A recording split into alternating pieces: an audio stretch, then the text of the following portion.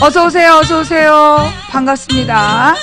월요병을 날려드리는 방송, 망치부인의 생방송 시사수다방에 오신 것을 환영합니다.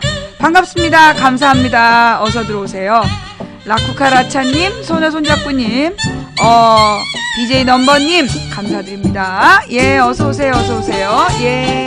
반가워요, 반가워요. 깜장담비님, 감사합니다. 어서오세요, 어서오세요. 자, 반갑습니다, 반갑습니다. 우리 시청자분들의 월요병을 날려버리는 방송, 망치부인의 생방송 시사수다방이지요. 독재정권 해체님, 감사드립니다. 어서 들어오세요. 또 9027님, 팬가입 감사드립니다. 네, 어서오세요. 아로미아님, 감사합니다. 어서오세요. 감사합니다. 세월호를 기리는 망부님의 방송은 이 땅의 어머니의 마음입니다. 어유, 감사합니다. EM2303님도 감사드립니다. 전주먹자님, 사소루님, 감사합니다. 이틀이 너무 길어요? 제가 2박 3일이라도 쉬어야지. 자, 어서오세요, 어서오세요. 망치부입니다. 주말들 잘 보내셨어요?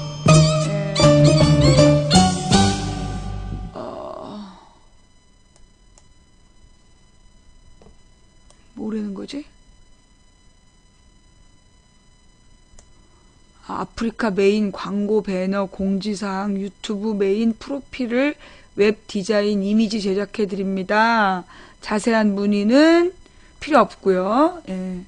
또 한솔 컴퍼니에서 무료로 BJ 홍보 영상을 제작합니다. 프로모션 비용은 무료. 서비스 내용, 사진, 방영된 영상 제공한 이미지, 활용한 홍보 영상 제작. 이런 게 왜 이렇게 연락이 많이 왔지? 그럼 필요 없어요. 저 해주시는 분 계세요? 아니, 뭐, 해주시는 분이라기보다 우리 참세상 세월호님이 알아서 잘하고 있기 때문에 저 불만 없어요. 왜 이런 연락들이 많이 오지? 그건 또 뭐야? 저는 마쿠스 담당자입니다. 사업 제안을 드립니다. 강남대로. 왜 나한테 왜 이래? 나 필요 없어, 다. 나 아무런 무슨 사업이고 뭐고 이거 다 필요 없다니까. 국내 최초 만남 사이트. 네, 진짜 스팸만 계속 들어오고 진짜. 그래요. 죄송합니다. 아니, 이게 쪽지가 막 6개가 와 있어가지고 이게 무슨 쪽지인가 그러고 봤더니 죄먼 홍보 영상이야. 필요 없어. 깜장담비님, 독재정권 해체님, 9027님, 아로미아님, 2303님, 전주먹자님, 사소루님, 남미아붕붕님, 짤짜리송님, 불소스 영님, 침채님, 노란색 본능님, 스텔라님, 하늘의 노을님, 가을어수아비님, 지우개님, 매니저건이님, 홀미사님 감사합니다. 인슈님 감사하고요.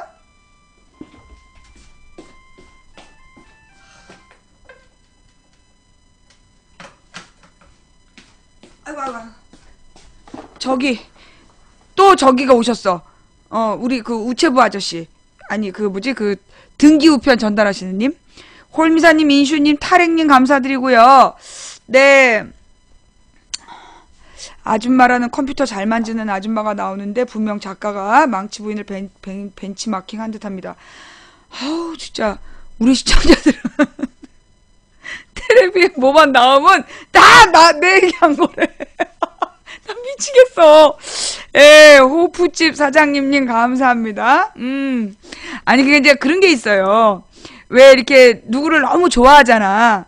누구를 너무 좋아하면 표범나비님, 매니저건이님 감사합니다. 다 그 사람으로 보여. 전부 다 그 사람으로 보여. 사랑하는 사람으로.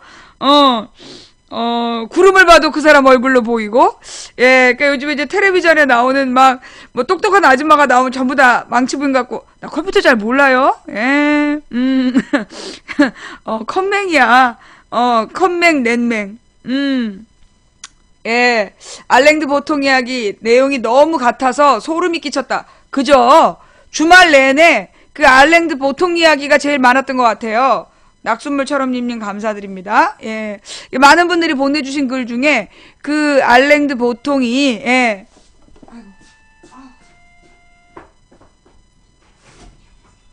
네, 어서 오세요.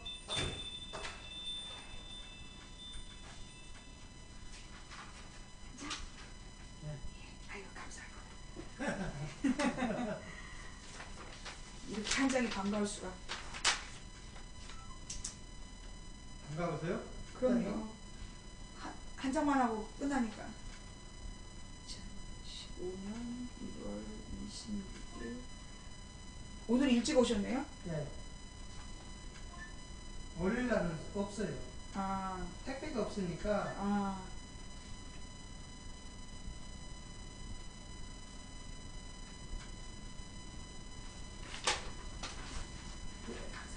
수고하세요. 감사합니다.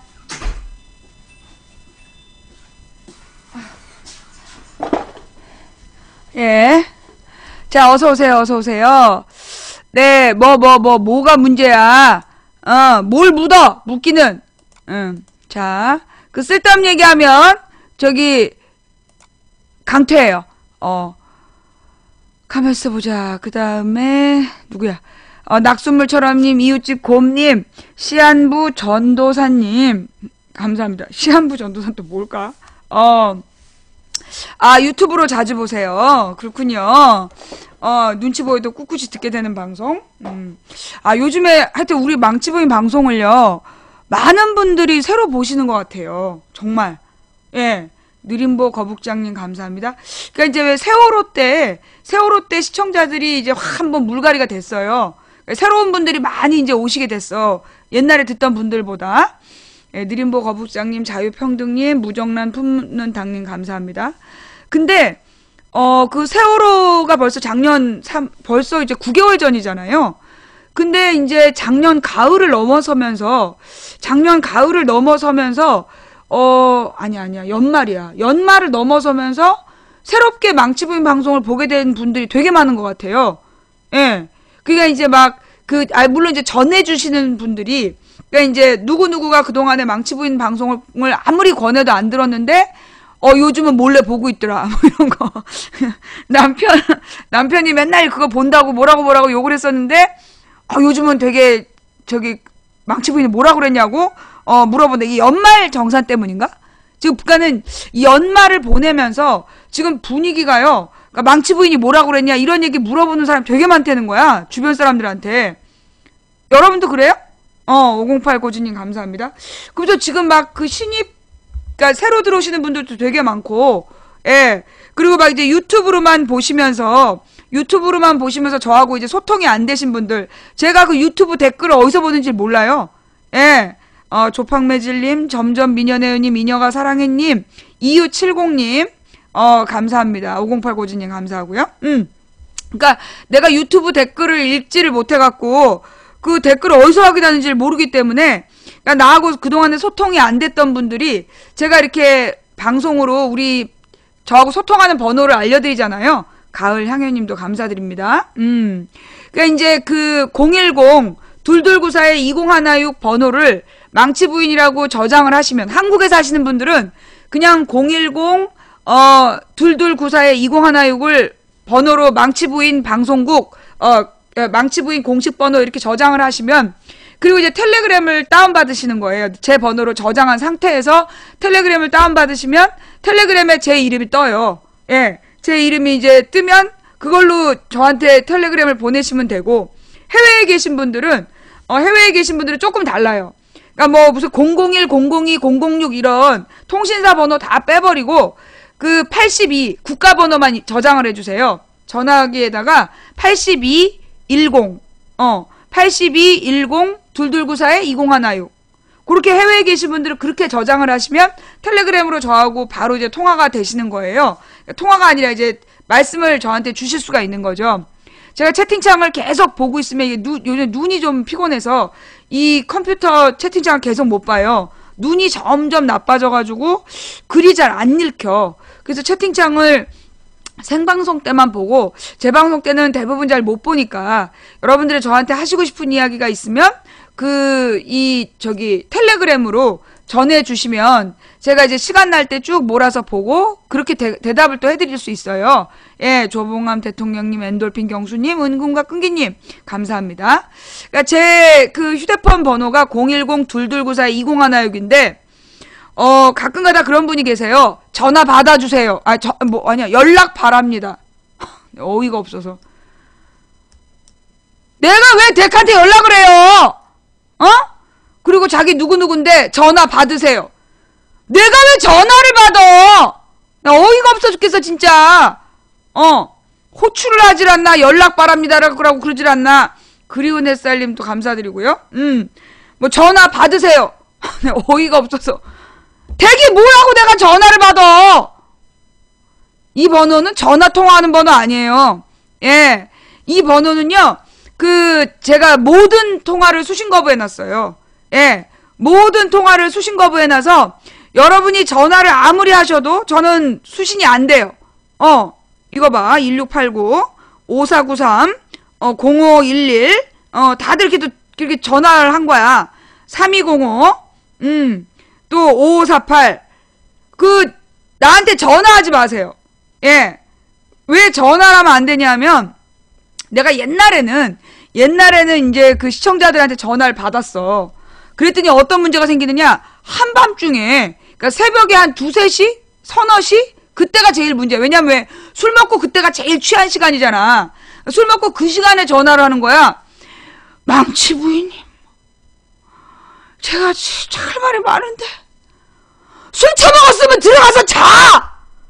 집에 마누라가 기다리고 있거나 아니면 식구들이 있을 텐데 왜 나한테 전화질이야? 그리고 막 사랑한다고 그러고, 한밤에 왜 남의 집 유부녀한테 전화해서 사랑한다고 그래? 나 진짜 미칠 것 같아, 진짜. 술 먹고 전화하는 사람들이 제일 문제예요. 그 다음에, 또 이제 날 가장 열받게 하는 사람은 누구냐? 뭐? 왜 있잖아, 뭐, 베리칩? 베리칩을 심어놓고, 뇌를 조작하고 나 진짜 나의 인내심의 한계를 건드리지 말란 말이야. 그리고 너무 급한 일이래. 너무너무 중요한 문제니까 나한테 전화를 꼭 통화를 하고 싶대. 무슨 일이신데요? 문자로 하세요. 문자를 못한대. 별로 중요하지 않은 얘기인데 그걸 망치 부인님만이 해결해 줄 수 있다는 거야. 이러다가 동네 복덕방 싸움 나도 나한테 해결하라고 그럴 것 같아. 진짜 부탁인데요. 전화하시면 안 돼요. 그리고 무엇보다 내가 오늘 목소리를 너무 화가 나가지고 목을 너무 많이 썼어. 제가 이렇게 목을 많이 쓰면 전화 통화를 많이 하면 방송을 못 해요. 예. 그러니까 저는 오전에 전화를 안 받아요. 제가 아무리 중요한 전화도 오전에 안 받는 이유가 뭐냐면 방송하기 전에 목을 써버리면, 특히 이제 전화 통화를 하다 보면 내가 또 이게 귀가 잘 안 들리니까 상대방 얘기에 맞춰서 목소리가 높아진다고. 그래갖고 내가 목을 많이 쓰고 나면 방송을 할 때 목이 되게 아파. 그래서 내가 이제 방송하는 시간, 전화하고 싶은 사람은 방송한 다음에 내가 전화를 받겠다고 그래. 근데 사실 이게 또 전화 통화가요, 여러분. 생각보다 이 전화 통화가 조리 있지 않아요. 많은 분들이 문자로 하는 게 답답하다, 자기가 문자가 늦어서 전화 통화 하고 싶다 그러시는데, 그러면 나는 어떤 문제냐? 전화 통화하시 보통 5분 이상이에요. 5분 이상, 10분 이상 똑같은 얘기를 계속 반복적으로 하시는데, 그런 분이 한 분이겠어? 그런 분이 한 분이겠냐고. 하루에도 수십 명이 그렇게 전화를 하면 전 아무것도 못해요. 뉴스도 못 보고 생각도 정리를 할 수가 없어. 근데 이제 여러분이 문자를 딱 보내시면, 정리한 생각을 짧게 문자로 보내시면 그 내용을 보고 내가 내용을 파악할 수가 있잖아요. 제보도 그렇고. 예. 그러니까 여러분이 문자로 딱 해서 보내시면 생각을 훨씬 더 제가 빨리 알을 수 있어요. 근데 또 이렇게 길게 텔레그램 쓰시는 분들이 있어. 근데 이렇게 똑같은 얘기가 반복되는 분들이라든가 이렇게 왔다 갔다 하시면서 길게 쓰시면 제가 이렇게 저의 시간이 그만큼 더 많은 사람들을 위해 고민하고 정신을 모아야 되는데 그만큼 이제 손해를 보니까 웬만하면 이 그 텔레그램의 글자는 이 150자를 넘지 않게 해주시는 게 좋겠다. 150자 이내, 가능하면 이제 한 80자 이내에서 해결해 주시는 게 가장 저한테 도움을 주시는 거고, 그리고 전화하시겠다고 자꾸 그러지 마세요. 그리고 특히 저희 남편한테 자꾸 전화하시는 분들 계시는데요. 제가 분명히 다시 한번 얘기합니다. 저의 방송 관련해서 제 남편한테 전화하시는 분들을 제가 고소합니다. 예. 뭐 칭찬이든 어쨌든 도움 요청이든 어쨌든 남편한테 전화하시는 분들은 제가 고소해요. 예. 정말 그러니까 우리 남편이 이게 자기 그 공적인 일을 하는 사람인데 그 사람한테 전화해서 왜 내 얘기를 하냐고. 내 방송에다 하고 싶은 얘기를 거기다 하냐고요. 그 바쁜 사람이에요. 1000만 서울 시민을 그 돌보는 서울시청을 감시하는 사람이 그게 주업인데 그걸 나의 방송에 관련해서 하소연도 거기다 하면 어떡하냐고. 블랙 풀어달라 뭐 이런 얘기. 내가 고소해버릴 거야 내가. 진짜. 우리 신랑한테 내가 고소하게 번호 달라고 그러다 안 줘서 내가 지금까지 못했는데 앞으로는 내가 전화번호를 뒤져서라도 내가 하여간 고소할 테니까 그렇게 알아요. 예. 그 다가지님 팬가입 감사하고요. 시의원 번호가 공개되어 있어. 시의원 번호가 공개되어 있으니까 그걸 이용해가지고 그렇게 그 바쁜 사람을 불러서 아니 그 전화를요 하루에도 또 막 몇 통씩 하는 거야. 본인들이 볼 땐 중요한 문제죠. 근데 이 사람이 하는 일이 서울시의 재정경제에 관련한 모든 일을 고민하는 사람이기 때문에 정말 바쁜 사람이에요. 예. 너무 바쁜데 그분은 왜 우리 신랑한테 전화를 해서 내 얘기를 하냔 말이야. 나한테 하고 싶은 얘기가 있으면 문자를 보내세요. 문자. 예? 텔레그램으로 문자를 보내시면 돼요. 아니면 텔레그램 깔 줄 모른다. 그러면 여러분이 뭐 하면 되는 거야? 그냥 그 전화기 문자를 보내세요. 40자짜리 전화기 문자를 보내시면 되는 거예요. 예. 제발 부탁드립니다. 남편한테 전화하지 마시고요. 그러니까 우리 신랑한테 절대 전화하지 마라. 내 방송 관련해서 내 방송에 이런 것 좀 다뤄주세요. 이러면서 우리 신랑한테 전화하는 사람 제가 전부 다 고소할 거예요. 예. 절대 전화하지 마세요. 아셨죠? 예. 그리고 특히 막 우리 신랑한테 전화를 막 몇 통씩 하는 거야. 열 몇 통씩. 그러면 안 돼요. 예. 예. 정말 그러면 안 돼. 진짜 바쁜 사람이야. 내 전화 말고도 자기 본인 전화만도 하루에 수백 통 전화를 받는 사람인데 그 망치부인 방송에다가 이런 얘기 좀 해달라고 그런 전화를 거기다 하시면 어떡해요. 저한테 문자를 보내세요. 예. 또 한 가지가 있어요. 여러분이 이제 텔레그램을 다운받으라고 그러니까 텔레그램을 다운받아. 텔레그램 다운받은 다음에 전화번호를 입력하세요 라고 나와요. 텔레그램을 다운받으신 후에 전화번호를 탁 입력을 하라고 그러면 꼭 내 번호를 입력해. 010-2294-2016을 거기서 입력하면 안 된다고. 텔레그램을 다운받자마자 전화번호 입력하세요. 그건 님 번호로 입력해야 되는 거야. 당신의 번호. 내가 이렇게 전화번호를 공지한 날은 텔레그램으로 4개에서 5개 코드가 와. 4명에서 5명이 꼭 텔레그램에다가 내 번호를 등록해가지고 확인 코드가 나한테 날아오는 거야. 여러분 전화번호를 입력해야 코드가 여러분 전화기로 가고 그래야 나하고 대화가 돼요. 거기다 내 번호 입력하시면 그러니까 맨 처음에 전화번호를 입력하라는 건 뭔 번호냐면 한마디로 님의 전화가 실명인지 그러니까 님이 실제로 존재하는 전화인지를 확인하고 그리고 님의 전화번호를 텔레그램에서 인정하겠다라는 들어가는 키워드야. 당신 전화기에 텔레그램을 깔기 위한 단계이지 나한테 연락하는 방법이 아니에요. 그래서 이제 그 텔레그램을 받을 때 님의 전화번호를 입력을 해. 그러면 코드 번호가 4자리인가 5자리가 와. 5자리. 그러면 6자리인가? 그 코드 번호를 입력하시면 텔레그램에 이제 전화기에 깔려요. 그러면 그 다음에 그 텔레그램에 쭉 그 이용자 명단이 떠요. 그러면 이제 그 중에 망치부인 방송국을 찾아서 메시지를 남기면 돼. 또 이때 여기서 비밀 메시지를 시작합니다. 대부분 비밀 메시지를 시작한다고 해놓고 아무 말도 안 해.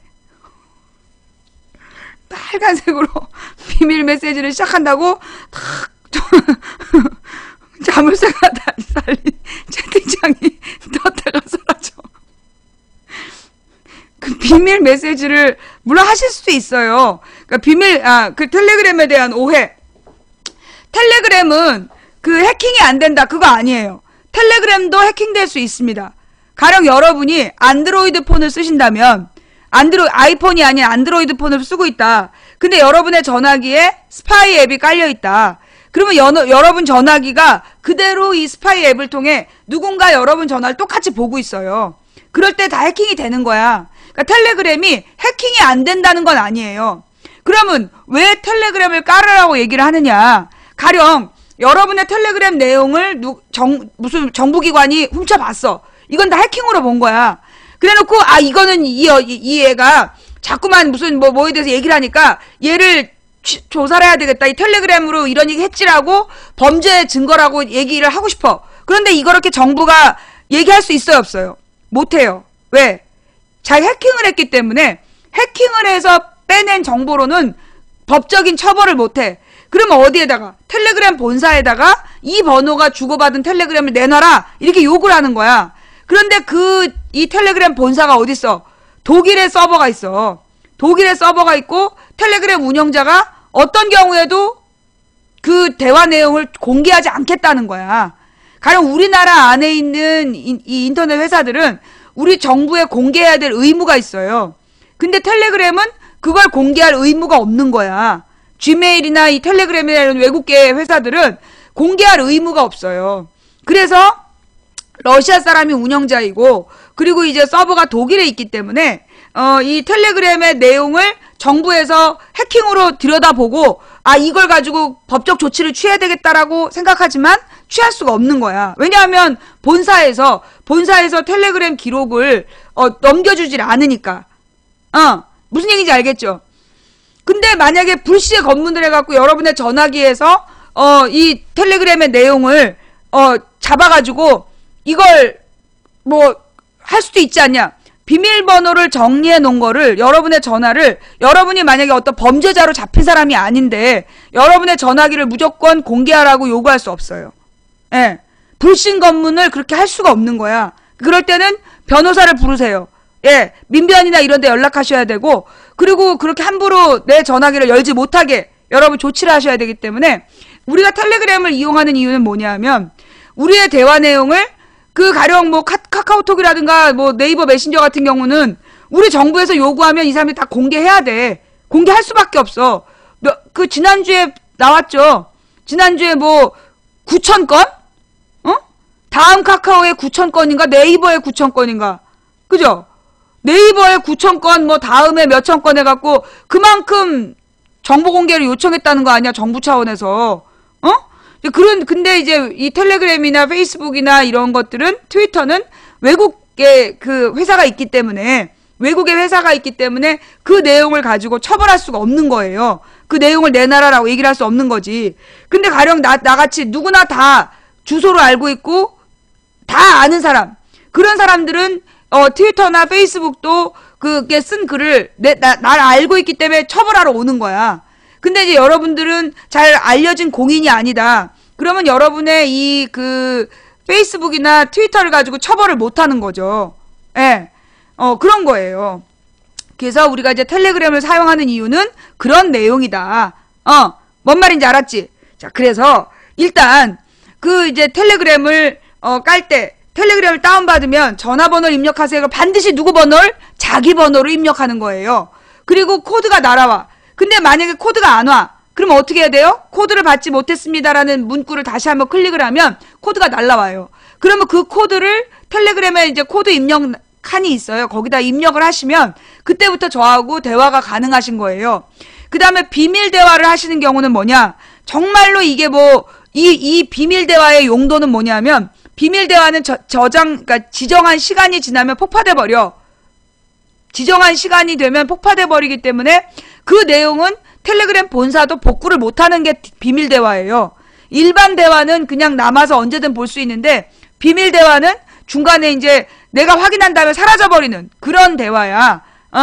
근데 이 비밀 대화로 여러분이 저한테 글을 보내시면 제가 여러분의 주소록을 대화 목록을 제가 저장을 못해요. 그러니까 여러분이 누구다 이걸 입력을 내가 못하는 거야. 그래서 이 비밀 대화를 보낸 사람에 대한 저장도 못하기 때문에 웬만하면 비밀 대화로 하지 마시고 일반 대화로 해주시고, 그리고 그 여러분 전화가 안드로이드 폰이라서 혹시라도 누군가 이 대화 내용에 대해서 시비를 걸까 걱정이 되면 그 대화한 다음에 삭제를 누르세요. 대화창을 삭제해버리면 여러분의 그 전화기에서 사라져버리는 거야. 제 창에서도 사라져요. 여러분이 삭제해버리면 저도 사라지기 때문에 여러분이 안드로이드 폰으로 나눈 대화를 대화 나눈 다음에 삭제해버리면 그거는 찾을 수가 없어, 우리 정부에서. 뭔 말인지 알았지? 예. 그 인스타그램 이런 거는 이제 그 사진이랑 같이 자기를 그러니까 자기를 드러내는 그런 SNS고, 요 텔레그램 메신저예요, 메신저. 그러니까 카톡이랑 똑같은 거야. 카카오톡이랑 텔레그램 똑같은 거예요. 예. 똑같다라고 보시면 돼요. 예. 텔레그램이 뭔지 몰라요? 텔레그램은 카톡이랑 똑같다고 보시면 돼. 기능도 똑같아. 단체 대화도 가능하고, 그리고 또 사진을 보내고 이러는 것도 가능하고, 예. 근데 이 텔레그램을 여러분이 이제 그 앱스토어에서 텔레그램을 다운받으면, 이게 검색하면 앱스토어라든가 플레이스토어에 텔레그램의 종류가 되게 많이 떠요. 그죠? 그리고 뭐 한국말 버전, 뭐 스티커 판매, 그런 거 다운받으면 안 된대. 여러분이 그 한국말 버전이라든가, 그러니까 한국말로 뭐 무슨 꾸미기 이런 거 있잖아. 그건 여러분의 대화 내용이 그 꾸미기를 만든 앱 회사로 가는 거야. 그래서 무슨 스티커 이런 거 다운받아가지고, 예, 쓰면 안 된대요. 그 어떤 분이 제보를 해주셨는데, 텔레그램으로 나오는 거는 맨 첫 번째 파란, 하늘색 바탕에 종이 비행기 모양 있는 딱 그거, 첫 번째 LCC인가? LCC로 나와있죠? 그것만 딱 쓰셔야 돼요. 예. 나머지는 여러 가지 변형된 거는 다운받으면 안 된대요. 망치사랑님 데스타일링 감사합니다. 예. 그래요. 솔직히 이제 전화통화만 하려면 폴더폰 쓰는 게 편하죠. 근데 이제 이 스마트폰을 쓰는 이유는 인터넷을 하기 위해서 스마트폰을 쓰는 거니까. 물론 그리고 폴더폰도 다 해킹 되잖아요. 그죠? 자, 하여튼. 그 다음에 이제 망치 부인의 직업이 뭔지 계속 묻는 사람들이 있어. 예. 망치 부인의, 이 폴더폰. 예. 이 폴더폰 얘기하는 사람 혹시 카톡 되는 폴더폰 얘기하려는 거 아니야? 카톡만 되니까. 예. 카톡은 언제든지 정부가 실시간으로 검열하고 있으니까. 그래서 그러는 거지? 예.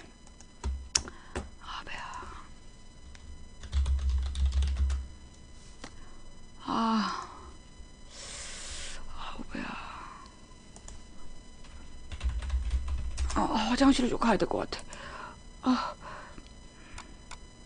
어떻게. 나오려고 그래. 설사가. 자, 일단 내가 그냥 갈 순 없고, 좀만 기다려봐봐. 내가 자료실에서 볼만한 영상을.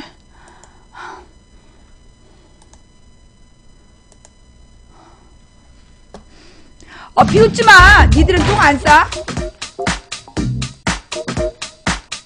4분밖에 안 돼. 잠깐만. 이렇게 짧은 건 위험하지만 어쩔 수 없다.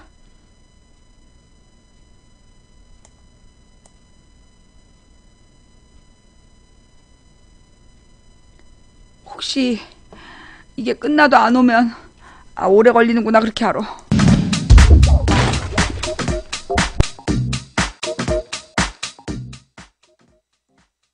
일단 2PM이라고 하는 그 별명이 있다는 것을 알고 계실 테니까요. 예. 그 별명이 왜 붙었을까요? 그 뜻은 2PM이 E가 이제 EC, PM은 프라임 미니스터, 그죠? 그래서 이시성을 가진 분이 총리가 되시리라, 뭐 이렇게.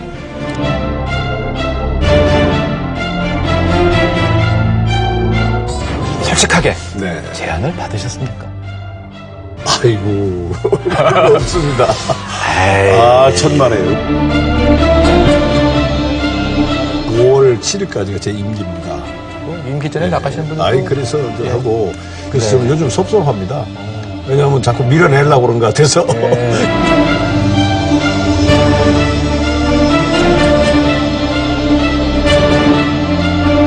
그리고 여당과 청와대는 2차 협상이 마지노선이라며 재협상을 거부하고 있습니다. 박근혜 대통령의 가이드라인이 너무나 확고했기 때문입니다.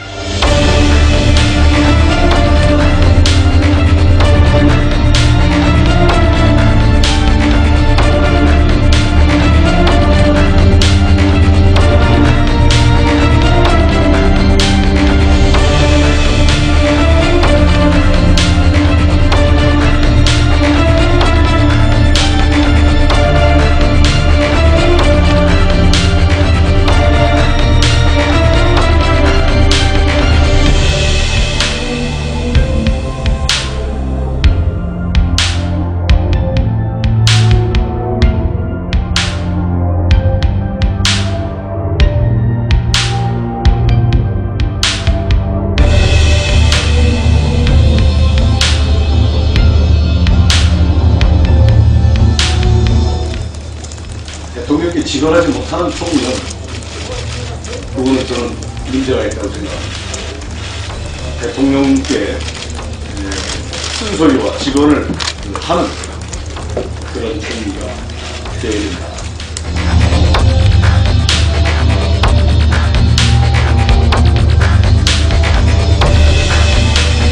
참 어려운 나라 힘들게 이끌어오시는 우리 대통령과 함께 위원 여러분 먼저 박수 한번 좀 보내주시죠. 여러 가지 힘들이 많은데 우리가 함께 뜻을 같이 하고 힘을 모은다면 못할 게 있겠습니까? 대통령 역할을 중심으로 해서 오늘 이런 자리를 만들어주신 대통령과 다시 한번 감사의 말씀드립니다. 가깝게 역할을 가깝게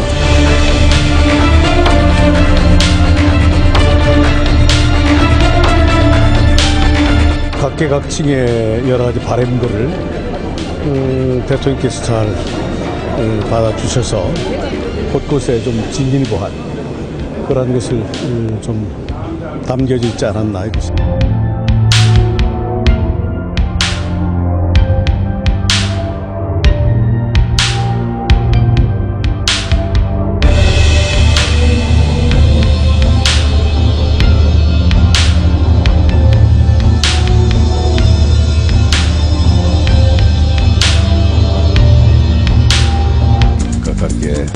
가깝게 대통령께서 잘 받아주셔서 곳곳에 좀 진일보한 그런 것을 대통령께 쓴소리와 직언을 하는 그런 총리가 되어야 된다. 정말 기묘하죠?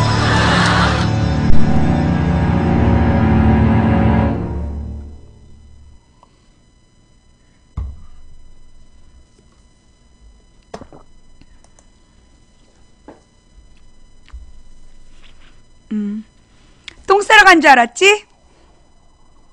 안 갔어.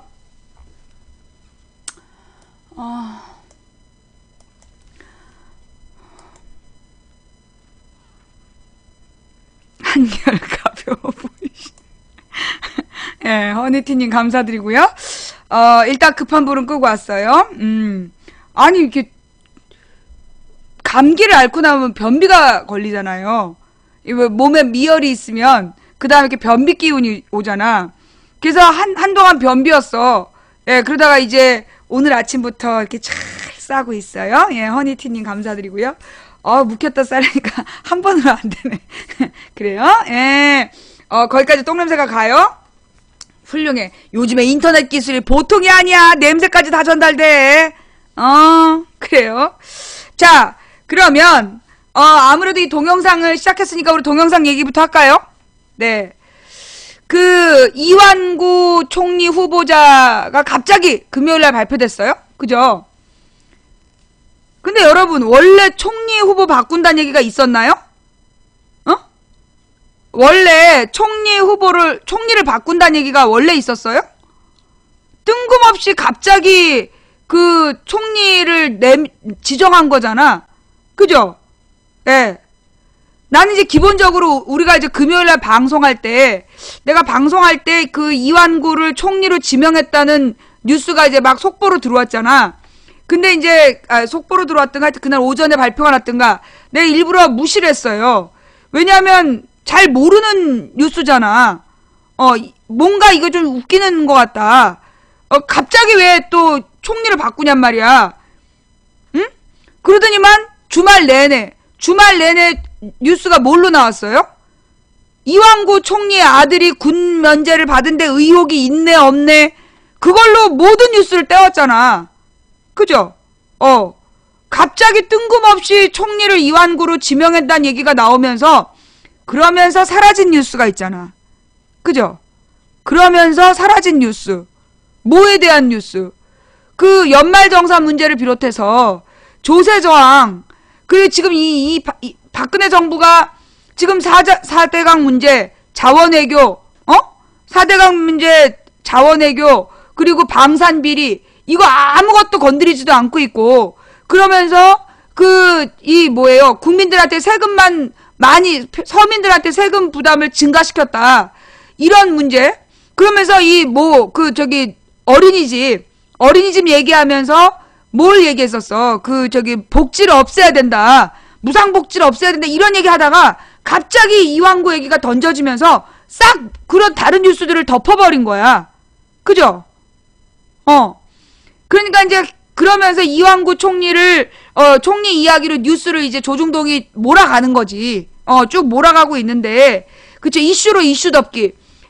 우리가 알랭드 보통을 몰랐다면, 알랭드 보통의 이야기를 보기 전이었다면, 거기 분위기에 휩쓸려 갔겠죠.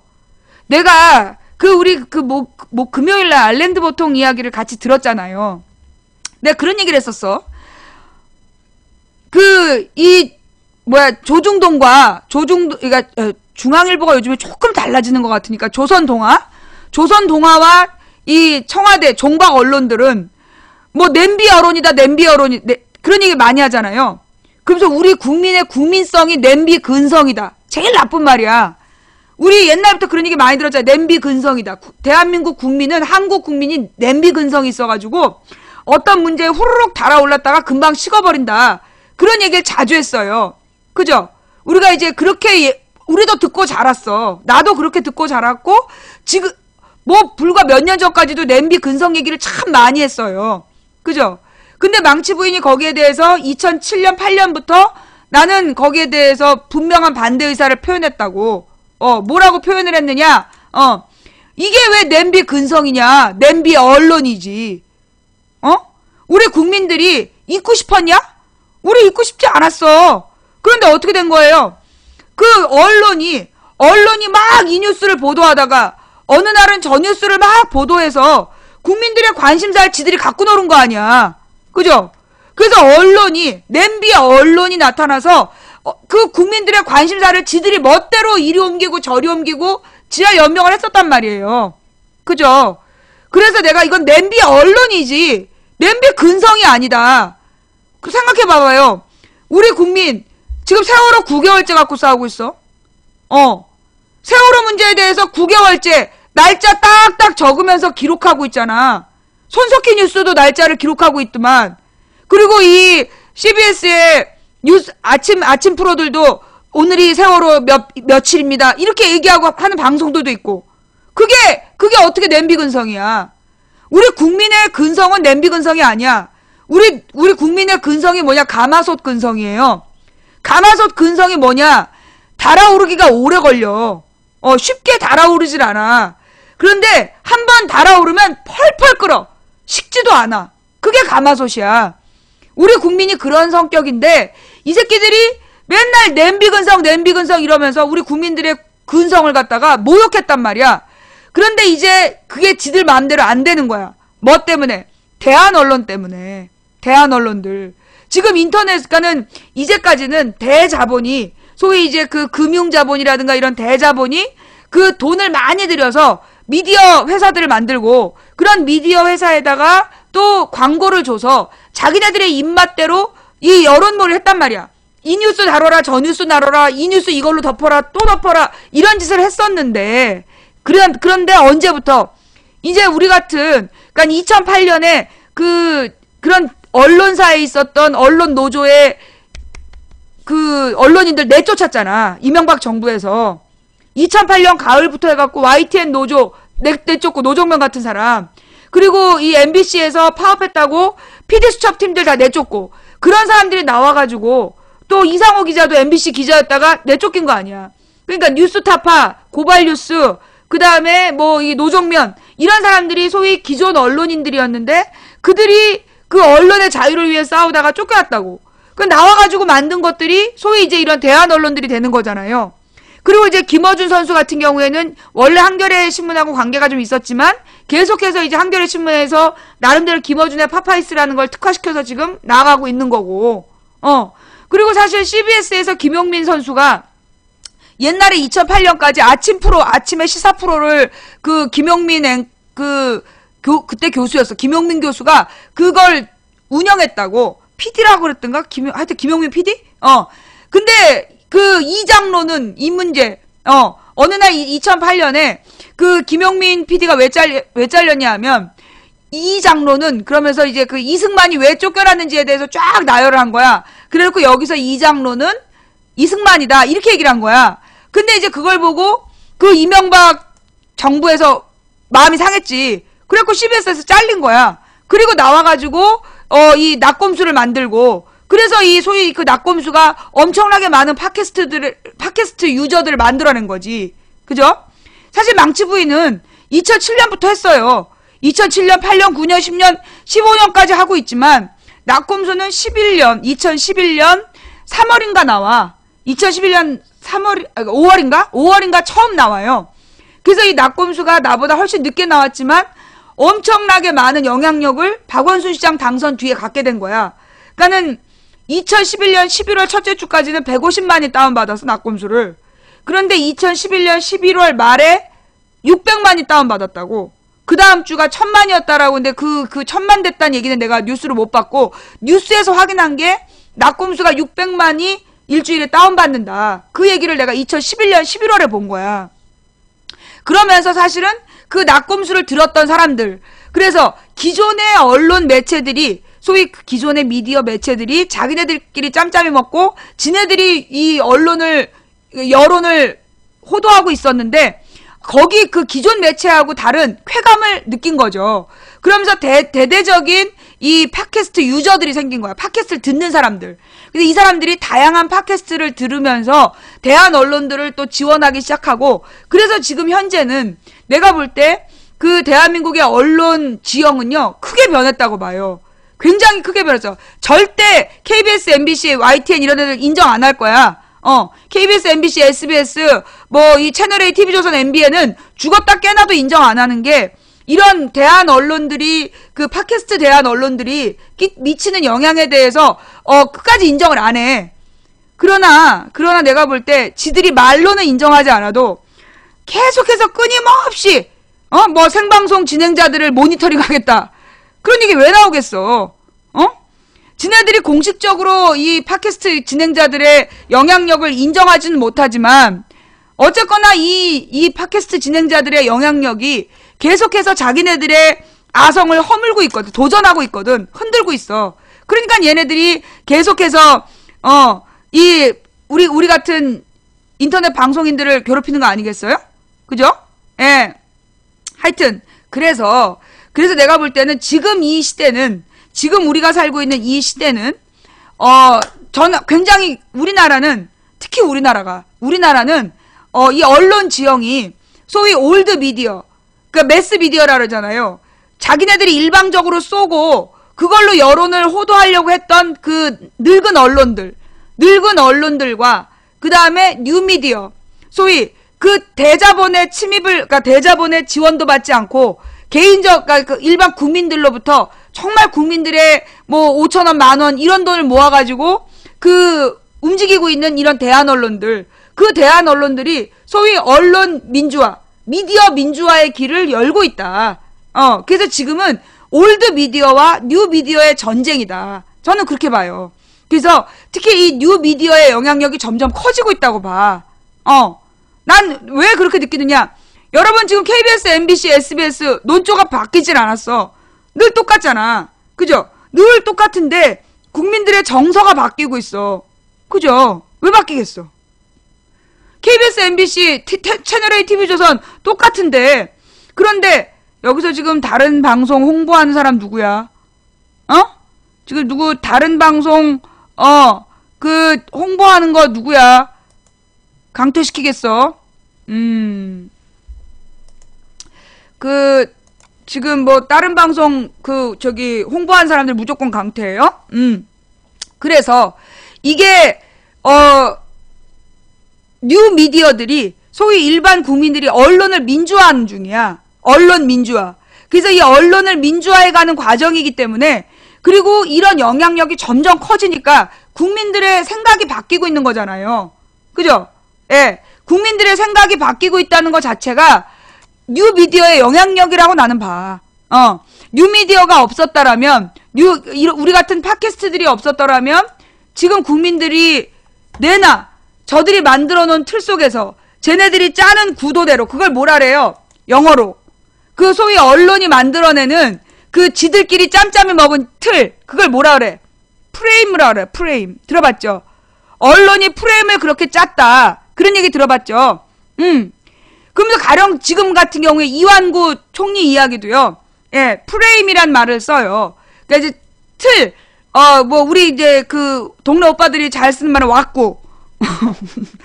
내가 친하게 지내는 우리 오빠들은 왁구라는 표현을 많이 쓰는데 한마디로 이제 지네들이 그 틀을 정해놓고 그런 틀로 몰아간다는 거죠. 예, 그런 틀로 몰아간다는 거야. 예를 들어 지금 이완구 총리에 대해서 갑자기 뜬금없이 던져놓은 다음에 이완구 총리의 차남 후보에게 병역비리 의혹이 있다라고 던져. 아니다! 또 의혹을 추가. 아니다! 그러면서 실제로 지금 우리가 가장 궁금한 뉴스, 왜 갑자기 이완구가 총리한다고 나왔냐? 솔직히 그렇잖아요. 우리는 지금 왜 갑자기 이완구가 총리한다고 뜬금없이 던져졌냐는 거야. 그래서 왜 뉴스의 방향이 이완구에 대해서 검증으로 가버렸어. 누구 맘대로. 자, 그러면 왜 갑자기 이완구 얘기가 나왔을까요? 그리고 왜 언론은 모두 짠 것처럼 이완구 이야기로 몰아가고 있을까요? 그것부터 얘기를 해보자고. 그것부터. 자, 첫째. 내가 볼 때 이완구가 갑자기 나타난 이유는 지금 박근혜 정부가 지난 2년 동안 박근혜 정부가 들어서서 지난 2년 동안 난리도 아니었잖아요? 국정원 댓글 사건, 간첩 조작 사건, 통진당 해산 사건. 그렇지, 통진당 해산 뉴스가 사라졌네. 그러고 보니까 그러네. 가장 심각한 게 이완구 뉴스로 통진당 해산 얘기가 그냥 쑥 덮어져 버렸네. 통진당 해산과 그러니까 대법원의 판결하고 헌재 판결이 달랐다. 그거 되게 심각한 문제잖아. 그지? 그 얘기를 이완구를 던져갖고 갑자기 뜬금없이 던져가지고 그 얘기 덮어버린 거예요. 자, 그러니까 정리해보자고, 우리가. 아유, 우리 하나님께서 참 나를 이 자리에 앉히시느라고 얼마나 고생하셨을까. 여자가 하늘 품으면 기억력이 선명해져. 이게 우리 아줌마들은 말이에요. 급한 마음에 후다닥 주방에 뛰어갔다가 뭘 가지러 갔는지 잊어버려. 다시 안방으로 갔다가 다시 기억나서 후다닥 가면 또 잊어버리고 몇 번을 왔다 갔다 해. 그죠? 그런데 남편이 옛날에 그 신혼 첫날 밤 뭐라고 나한테 서운한 얘기했다. 그 처제가 태어났는데 걔에 대해서 뭐라고 그러면서 그랬다. 그리고 내가 그때 뭘 먹고 싶었는데 끝까지 안 사줬다. 이런 건 죽을 때까지 안 잊어버려. 우리 아줌마들의 특징이야. 그게 이제 막 잠깐 중요한 거 일상생활은 다 잊어버리는데 그 한이 됐던 거 있잖아. 내 마음에 한이 됐던 거 절대로 안 잊어버려. 그쵸? 예, 하나님께서 나를 여자로 만드신 이유가 다 이거야. 그래서 하던 얘기를 마저 하면, 그러니까 사실 박근혜 우리 2년을 한번 정리해 보자고요. 박근혜 2년. 박근혜가 2013년 2월 달에 취임식을 해요. 그 2013년 2월 달에 가장 큰 뉴스가 뭐였어? 이동업 뉴스부터 시작해서 헌법재판소장 이동업을 비롯해서 그 인사 참사 어마어마했잖아요. 그 장관 후보들 나왔는데 어이없는 사람들 막 내놓고 그것도 윤창중이가 언론인들과 정치인들이 윤창중 그 자리에 앉히면 안 된다 그래도 기어이 박근혜가 고집 피워갖고 대변인으로 만들어 놓고 텔레비전 앞에서 카메라 앞에서 막 봉투 찢으면서 봉투 인사라고 쌩 난리를 피웠다가 5월 달에 미국 가고 빤스 받는 바람에 그냥 확 뒤집어진 윤창중이 통일을 반대하는 통일부 장관 그 다음에 복지가 필요 없다는 아니야 그때 복지부 장관은 괜찮았어. 그러다 그 사람 그만뒀지. 싸우고 복지 약속 지키라 그래갖고 나가버렸잖아. 그리고 하여튼 공정거래위원장이 위원장을 대기업 변호사 출신을 앉혀놓고 그 다음에 중소기업 청장은 너 갖고 있는 주식을 백지 신탁해야 된다니까 싫은데요? 그러고 가버리고 그 다음에 CIA 출신이고 IT 산업의 전문가라 하면서 미래창조과학부 장관을 데려왔다고 막 근데 야당이 야 그런 부서를 새로 만들 거면 우리랑 얘기를 하고 만들어야지 국회의 권한이야 고유 권한이야 그랬더니 막 신경질 내면서 자기 발목 잡았다고 그래갖고 야당이 그러면서 그래 해 그래서 하기로 했는데 마누라가 웁니다 그러고 가버린 거 아니야. 그 다음에 또 천안함 때 골프 치러 다니고 연평해전 때 일본 온천 갔던 사람을 국방부 장관으로 앉히겠다라고 낙마하고 또 하여튼 난리도 아니었어. 마지막에 아주 그냥 활용 점정이 그 윤진숙하고 윤창중이었잖아. 윤진숙은 안 된다고 막 새누리당 의원들도 반대했는데 모래 속에서 찾은 진주라 그러면서 기어이 그 자리에 앉혔는데 어떻게 됐어요? 1년 만에 그냥 모래다 하면서 내보냈잖아. 그리고 난 다음에 문창극은 한참 뒷얘기야. 그 뒤에 이어진 게 문창극 사태도 있었지. 그리고 그 전에 대통령의 깨알 리더십 그러면서 뭐 했어요? 차관들까지 꼼꼼히 따져보신 박근혜 대통령 그러더니만 별장 성접 때 막 딱 법무부 차관이 그래가지고 그렇게 해서 인사 참사가 언제까지 갔냐? 그게 5월달까지 가. 인사 참사가 5월달까지 가. 그 다음에 6월달에 뭐가 나왔어요? 6월달에 그 국정원 댓글 사건 증거가 2,000개가 쏟아져 나온 거야. 그 다음에 2,000만 건까지 증거가 찾아진 거 아니에요. 그래서 국정원 댓글 사건이 5월부터 8월까지 가. 그 다음에 8월달에 이 국정원 댓글 사건을 덮기 위해서 뭘 만드는 거야? 국정원 댓글 사건을 덮기 위해서 그 이석기 내란 음모죄 그 쇼를 벌이고 결국 내란 음모 무죄 받았잖아. 이제 어떡할 거냐고 이제. 그 다음에 이석기 내란 음모 그 다음에 국민들이 계속 그래서 내란 음모 증거가 뭐야? 증거가 뭔데? 그걸 자꾸 물어보니까 통진당 해산 심판 청구를 또 들어갔어. 그래가지고 통진당 해산부터 막 시켰잖아. 해산 시켜놓고서 어떻게 했어요? 지금 와서 잘못됐네? 지금 이러고 있는 거 아니야. 그죠? 예. 자, 누가 이렇게 욕하고 있니? 누가 이렇게 욕했어? 자, 미안해요. 그 쓸데없이 떠드는 애들, 다 강퇴시킬게요. 아니야, 여긴 얼려버려야 되겠다. 그래가지고, 그 인사 참사, 문창극 안대인은, 14년에 벌어진 거야. 2013년, 지금 내가 얘기한 건 다 2013년 5월까지가 초기 내각을 꾸리는 과정에서 개쌩 난리를 쳤다니까. 그 다음에 국정원 댓글 사건이 터지고, 국정원 댓글 사건 덮으려고 이석기 내라는 뭐 쇼했다가, 그거 자꾸만 증거를 보자 그러니까, 통진당 해산! 그거를 11월에 던지고, 그리고 나서 1월 달에, 그때까지 좋았어. 통진당 해산, 이석기 내라는 뭐, 통진당 해산까지는 좋았는데, 그 1월 달에, 2014년 1월 달에 결정적 실수가 나와. 국정원에서 간첩 증거를 조작했다. 그게 뭐냐? 간첩 증거 조작. 그러니까, 무슨 서울시에 있는 탈북자 공무원이 있었는데, 그 탈북자 공무원이, 오세훈 때 들어온 사람이야. 오세훈 때 서울시 공무원이 됐는데, 얘가 2012년 1월 달에 북한에 허락 없이 갔다 왔다. 그러면서 정보를 주고 갔다 왔다. 그래서 간첩이다. 탈북자 이중 간첩이라고 이제 사건을 터뜨린 거야. 그게 서울시 공무원 간첩단 사건, 간첩 사건. 그게 2012년 1월 달에 터뜨린 사건이었어요. 아니야, 2012년 여름에 터진 사건이야. 왜 그랬냐? 왜 그게 필요했냐? 박원순이 시장이 된 게 11년 11월이잖아. 이것도 올릴게요. 잘 집중해서 들어봐. 2011년 11월에 박원순이 시장이 됐어. 그래서 그 오세훈이 뽑은 탈북자 공무원이 유우성이라는 사람이 2012년 1월, 즉 박원순이 시장이 된 다음에 북한에 간첩짓을 하러 갔다. 그런 뉴스가 필요했던 거야. 그래서 2012년 대선을 앞두고 서울시 공무원 사건을 일으켰어.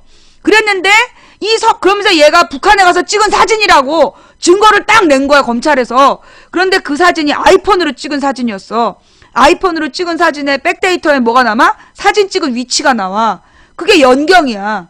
평양에서 찍었다고 막 고소했는데 그게 뭐 일부러 찍었다가 삭제한 사진이다 이러면서 증거로 냈는데 아이폰 백데이터에 요거 연경. 그러니까 이게 중국, 그러니까 압록강 건너야. 두만강 건너? 두만강 건너에서 찍었다라는 위치가 딱 표시가 되어 있었어. 그래가지고 결정적 증거가 그 사진하고 두 번째가 그 여동생의 증언이었는데 여동생이 이제 법정에 증언하러 나와가지고 딱 말을 바꾼 거야. 난 사실 국정원 직원들한테 협박당했다. 그래가지고 여동생의 증언도 무효가 돼버리고 그리고 북한에서 찍은 사진이라는 것도 이게 무효가 됐어. 그래서 간첩 혐의를 무죄를 받아요. 그게 언제였냐? 13년 여름이야. 박근혜 임기가 시작되고 그해 여름에 한참 국정원 댓글 사건으로 막 우리가 싸우고 있는 와중에 무죄가 나와. 유우성이. 그러자 그때 이 국정원 직원 몇 명이 심양으로 건너가. 중국의 심양으로 가. 그리고 가서 뭘 했냐? 중국 공문서를 위조를 한 거야. 중국 공문서를 조선족인가 누군가 시켜가지고 위조를 해가지고 그 유우성이 간첩이 맞다라고 그러니까는 뭐였냐면 유우성이 북한으로 들어갔다 나온 기록, 그 북한으로 들어갔다 나온 기록을 이 국정원에서 주장하는 대로 이제 발표를 해놓고 요게 중국 공안의 입장이다 이렇게 발표를 한 거야. 근데 그 내용이 잘못됐다라는 것을 요 변호인 유우성 변호인이 실제로 진짜 중국 공안에 가서 이건 자기네들의 서류 정리가 잘못됐다. 원래 들어왔다 나갔다 들어왔다 들어갔다 나왔다 이렇게 돼야 되잖아. 근데 나왔다 나왔다 들어갔다 이런 식으로 잘못되어 있었어. 근데 이걸 갖다 지네가 싹 고쳐가지고 유우성이 왔다 갔다 한 것처럼 이제 증거 자료로 내면서 자기네들의 주장이 그러니까 국정원의 주장이 맞다라고 중국 공안이 공문서로 확인을 해줬다라고 낸 거야, 이걸 법정에. 그런데 유우성 변호인이 진짜 중국 공안에다가 너희들 서류가 이렇게 나와 있는데 어떻게 된 거냐? 그러니까 중국 공안이 자기네들의 실수다. 그러면서 들어왔다 나갔다 했더니 이거는 가짜고 지금 자기네들이 공개하는 이게 진짜다. 유우성이 왔다 갔다 하지 않았다. 이래버린 거야. 그런데 이걸 갖다 우리 정부에서 무시를 한 거야. 중국 정부에서 이 국정원이 낸 문서는 위조 문서이고 유우성 변호인이 낸 문서는 사실이다라고 얘기를 했는데 요거를 무시를 하고 중국에서 어떤 게 위조라고 확정하지 않았다 이러면서 말을 얼버무리려고 한 거야. 그러니까 중국에서 어떻게 했어요? 그 위조한 거 누구냐? 굉장히 중대범죄다. 중국에서 실형 살게 하겠다. 중국에서 공문서 위조하면 중국은 뻑하면 사형이잖아. 그거 알지? 그 중국에서 굉장히 화가 난 거야. 그 공문서 위조한 거 누구냐? 범인을 넘겨라. 이렇게 된 거야. 그래가지고 결국 중국 공안 문서를 국정원이 조작했다는 게 들통이 난 거예요. 그게 언제였냐? 14년 1월 달이야. 14년 1월 달에 국정원이 유우성을 간첩으로 몰기 위해서 중국의 공안 문서를 위조했다라는 게 밝혀진 거예요. 그 몰랐죠, 여러분? 그런 거 다 모르고 있었지? 나 그걸 맨날 방송했잖아. 1월 달에 그게 밝혀진 거야. 그래가지고 이석기 내라는 뭐는 증거가 없고 그 다음에 통진당 해산 청구했다가 이 간첩단 간첩 조작 사건이 터지면서 국정원이 다시 이제 막 위기로 몰린 거야. 그런 상태였는데 우리의 김한길 안철수가 박근혜를 구하잖아. 거기서 삽질하는 바람에 박근혜가 먹을 욕을 김한길 안철수가 다 먹어버리고 그러면서 이제 이 3월이 쭉 지나가고 있었어.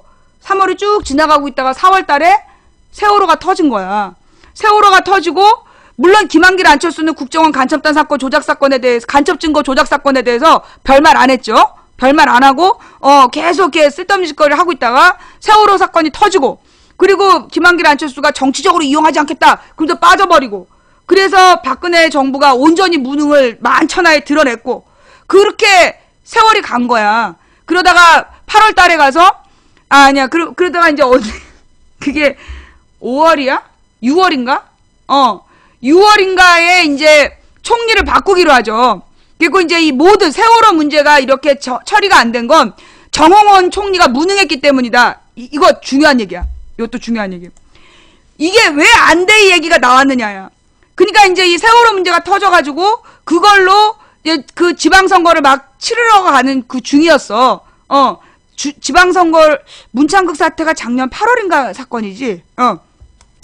그 세월호 문제에 대한 모든 죄를 정홍원이 자기 죄다. 그러면서 총리 사임을 한 거예요. 총리 사임을 해버렸는데, 그러면은 이제 그래서 사표 수리를 했어.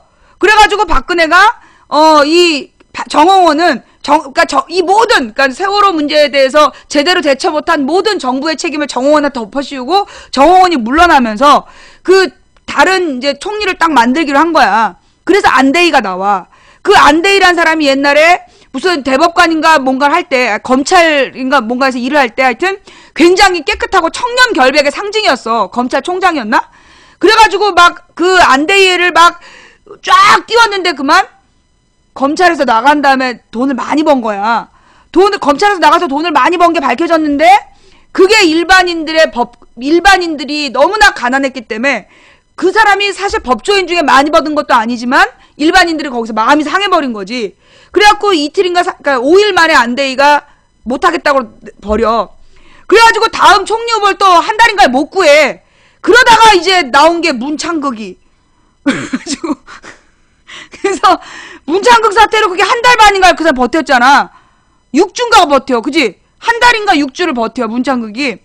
그래가지고 막 그의 과거 영상부터 해가지고 막 다 뜨고, 막 그 뉴라이트 역사관이 다 나타나고, 막 새누리당의 역사의식이 뭐냐 이러면서 막 역사 교육의 왜곡으로 막 커져가지고 문창극이 나중에 결국은 이제 또 사임을 해. 그래갖고 이제 다시 총리 후보를 고르다가 어떻게 됐냐? 그냥 정홍원으로 가기로 했다. 그냥 정홍원으로 가기로 했다. 그게 하여튼 그 사건이 마무리된 게 9월 첫 주인가 그래. 8월, 9월에 문창극을 하다가 이제 난리가 나고 다시 그냥 정홍원이 나와. 그래서 그때 나온 별명이 뭐야? 그때 나온 별명이 아까 나간다고 그런 X인데 바꾸려니까 사람이 없어갖고 다시 쓰는 X다. 그래갖고 아나바다. 아까 나간다고 그런 응인데 바꾸려고 그랬는데 사람이 없어갖고 다시 쓰는 아나바다. 그래가지고 유지가 됐단 말이야 지금까지. 그러면서 내 기억에 그게 작년 9월 일이란 말이야. 그럼 작년 9월부터 쭉 유지가 되면서 내 기억에는 1월 첫째 주에 정홍원이가 굉장히 무난하게 내각을 이끌고 있다. 이런 기사를 본 기억이 나거든? 여러분 그런 기사 본 기억 안 나요? 정홍원이 굉장히 내각을 무난히 이끌고 있다라는 식으로 1월 달에 박근혜 막 신년 기자회견 하기 전까지만 해도 그랬지? 정홍원이 내각을 잘 이끌고 있다 그러면서 뉴스에 막 그 정홍원이 되게 우아하게 걸어다니는 모습 나오고 그랬어. 맞지? 그랬지? 그 뉴스 좀 한번 찾아봐. 진짜 그랬다니까? 그래서 정홍원이가 굉장히 유능한 사람인 것처럼, 그리고 막 내각을 잘 움직이고 있는 것처럼 1월 첫째 주쯤엔 나왔었어. 그랬는데 이제 문제의 발단은 뭐야? 박근혜 신년 기자회견. 12일에 신년 기자회견을 했는데 발칵 뒤집어진 거야. 그러면서 정윤의 문건이라든가 문고리 3인방이라든가 김기춘이라든가 아무런 문제도 인정하지 않고, 그리고 작년에 했던 기자회견 똑같이 반복했잖아. 그러니까 여기에 열받아가지고 지지율이 2주일 새에 완전 폭락을 한 거야. 그러자 갑자기 정홍원이 그만두는 거야. 이거 뭐야? 박근혜가 또 잘못한 거야. 박근혜가 1월 12일에 신년 기자회견 잘못해서 2주 동안 욕을 바가지로 먹은 걸 전부 정홍원한테 몰아주는 거야. 덮어 씌워서 정홍원이 물러나고, 정홍원이 그걸 모든 걸 책임지고 물러나게 하면서 이완구를 터뜨리고, 그래서 이완구로 막 뉴스를 몰아가면서 뭐를? 박근혜 신년 기자회견 부작용, 문고리 3인방 김기춘 문제에 대한 국민적인 불만도 더 무시하고, 이명박의 4대강 비리, 자원외교 비리, 방산 비리, 이거 국정조사하라는 국민 요구도 못 들은 척 해버리고, 그 다음에 그 통진당을 작년 12월에 해산 신청을 해버렸잖아. 해산 판정을 내려버렸는데 대법원에서 이거 근거가 사라진 거야. 아론은 없다. 해버린 거야. 그래가지고 그 문제가 언제 터졌어? 22일이었지? 22일인가가 터진 문제 아니야. 통진당 해산 시켰어. 아론 때문에. 그랬는데 아론은 실체가 없다는 대법원 판결이 나와버린 거야. 도대체 대법원하고 헌법재판소하고 누가 옳으냐? 이걸로 국민들이 막 토론하려고 했는데 이완구를 던져놓고 뭐 야당이 이완구를 제대로 검증하길 두려워한다는 둥? 내 말이 맞지? 지금 망치 부인이 얘기한 거 요거 전부 다 맞는 이게 지금 박근혜 2년이야. 박근혜 2년이 이랬어. 지금 세월호 때 박근혜 무능, 박근혜 정부의 총체적 난국을 그때 청와대에서 자기네들은 컨트롤 타워가 아니라는 등으로 막 뻥치다가 그거 해양수산부 매뉴얼에 청와대가 컨트롤 타워인 것도 나와 있고, 그래서 모든 국민들의 불만이 하늘을 찌르니까 정홍원이가 책임지고 물러나기로 했는데 바꿀 사람이 없어가지고 다시 쓰기로 했다가, 그러면서 1월 초까지만 해도 정홍원이 내각을 잘 운영하고 있다고 막 그러더니만 갑자기 정홍원을 잘랐어. 그러면서 결국은 뭐야? 박근혜 정부에 대한 국민적인 불만, 조세에 대한 불만이라든가 이런 모든 걸 갖다가 이완구 이슈로 덮어버리려는 거지. 이제 물갈이를 해버리려는 거, 갈아타보려고. 국민을 아주 그냥 등신으로 하는 거야. 지네들이 그렇게 딱 판짜가지고 주말 내내 이완구 얘기하면 국민들이 막 이완구에 대한 관심으로 갈 줄 알았나 봐? 그치? 우리 망치부인방 시청자들을 우습게 한 거지. 우리 망치부인방 시청자들은 주말에 지네들이 무슨 뭐 인어 아가씨 남자 주인공이 1호뽕 했어요 이런 거 안 넘어가. 주말에 막 어떻게 작업을 해갖고 뉴스 좀 바꿔보려고. 그거는 댁들의 바램이지. 이 인간들아. 인재 안 속지 않나. 당연하죠. 국민을, 그러니까 얘네들이 옛날에는 다 속였다니까. 예. 옛날에는 국민을 지네들이 그렇게 분위기를 막 국민들한테 막 알랭드 보통이 얘기했잖아. 줄기 있는 생각을 못하도록 계속 자극적인 새로운 뉴스를 쏟아놓는다고. 그래서 어제 뉴스를 잃어버리게 한다고. 여러분 진짜 그 알랭드 보통의 그 인터뷰 정말 중요한 인터뷰예요. 언론이 우리는 어느 입장도 갖고 있지 않아. 객관적이야 라고 얘기하지만 사실 그거는 무책임한 거다. 뭐 그 사실만 근데 사실 우리나라 언론들은요 객관적이지 않아요. 종박 언론이지 절대 객관적이지 않아. 국민 편이 아니라 대통령 편에서 뉴스하는 애들이기 때문에 우리나라 언론은 객관적이지 않아요. 그래서 망치 부인이 그 거대한 메이저 언론들을 상대로 해서 혼자 맞짱 뜨고 있다가 낙곰수가 나타나고 다른 팟캐스트들이 따라 붙은 거지. 내 주장이 뭐였어? KBS, MBC, SBS, YTN, MBN, 채널A, TV조선이 어떻게 할 때, 공정한 보도할 때까지 나는 국민 편파 방송할 거다. 약자 편파, 국민 편파, 피해자 편파 방송할 거다. 알랭드 보통이 뭐라 그랬어요? 아무 편도 들고 있지 않아라고 얘기하는 것보다 옳은 편을 드는 게 옳다. 예. 또, 뭔 얘기를 하더라? 표현의 자유가 굉장히 중요하다. 표현의 자유는 중요한데, 자유보다 중요한 게 지혜다. 표현의 자유는 보장돼야 하는 거지만, 그 표현의 자유가 곧 옳은 건 아니다. 좋은 건 아니다. 표현의 자유는 당연히 보장돼야 되지만, 단지 표현의 자유라는 걸 이용해서 조선일보 하는 짓이 그런 거 아니야. 조선일보, 동아일보, 채널A, TV조선이 그렇게 사는 거 아니야. 언론의 자유란 이름으로, 표현의 자유란 이름으로 무책임한 허위사실 막 펼쳐놓고 책임 안 지잖아. 그죠? 근데 이 알랭드 보통이 얘기하는 게 뭐예요? 그 지혜로운 방송을 해야 된다. 지혜로운 보도를 해야 된다. 좋은 뉴스, 지혜로운 뉴스를 할 수 있어야 된다. 와, 알랭드 보통이 누가 그러더만 우리 동생이 그랬던가? 아무래도 언니 방송 듣는 것 같아. 아니야. 우리 동생이 보니까 어떤 시청자가 그랬다며. 어떤 시청자가 저 금요일날 방송 들으면서 한국말 못 알아듣는 척 하지만 저 망치부인 방송 시청자라고 막 그랬다며. 예. 하여튼, 그래서 이 알랭드 보통의 이야기를 우리가 되게 새겨들을 필요가 있다. 그들이 미디어에서 하는 짓이 뭐냐? 끊임없이 좋은 언론은 자유로울 뿐 아니라 지혜롭다. 오케이. 끊임없이 막 뉴스를 쏟아내서 국민들로 하여금 줄기 있는 생각을 못하게 한다는 거야. 그런데 대한민국엔 누가 있어? 우리 망치부인 팬들이 있잖아. 우리 망치부인 팬들은 온유월에 비수가 꽂힌 한을 품고 살잖아. 그래서 뉴스 계속 기억하잖아. 얼마나 밉겠어.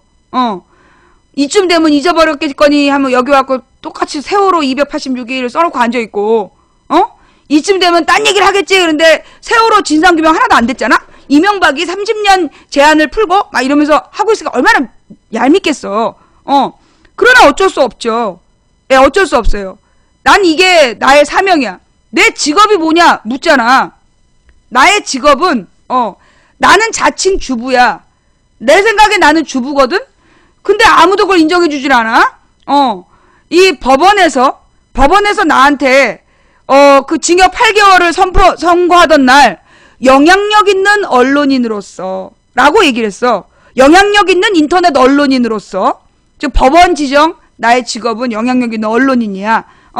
그 다음에 국세청에서는 나의 소득에 대해서 세금을 떼어갈 때 뭐라고 떼어가요?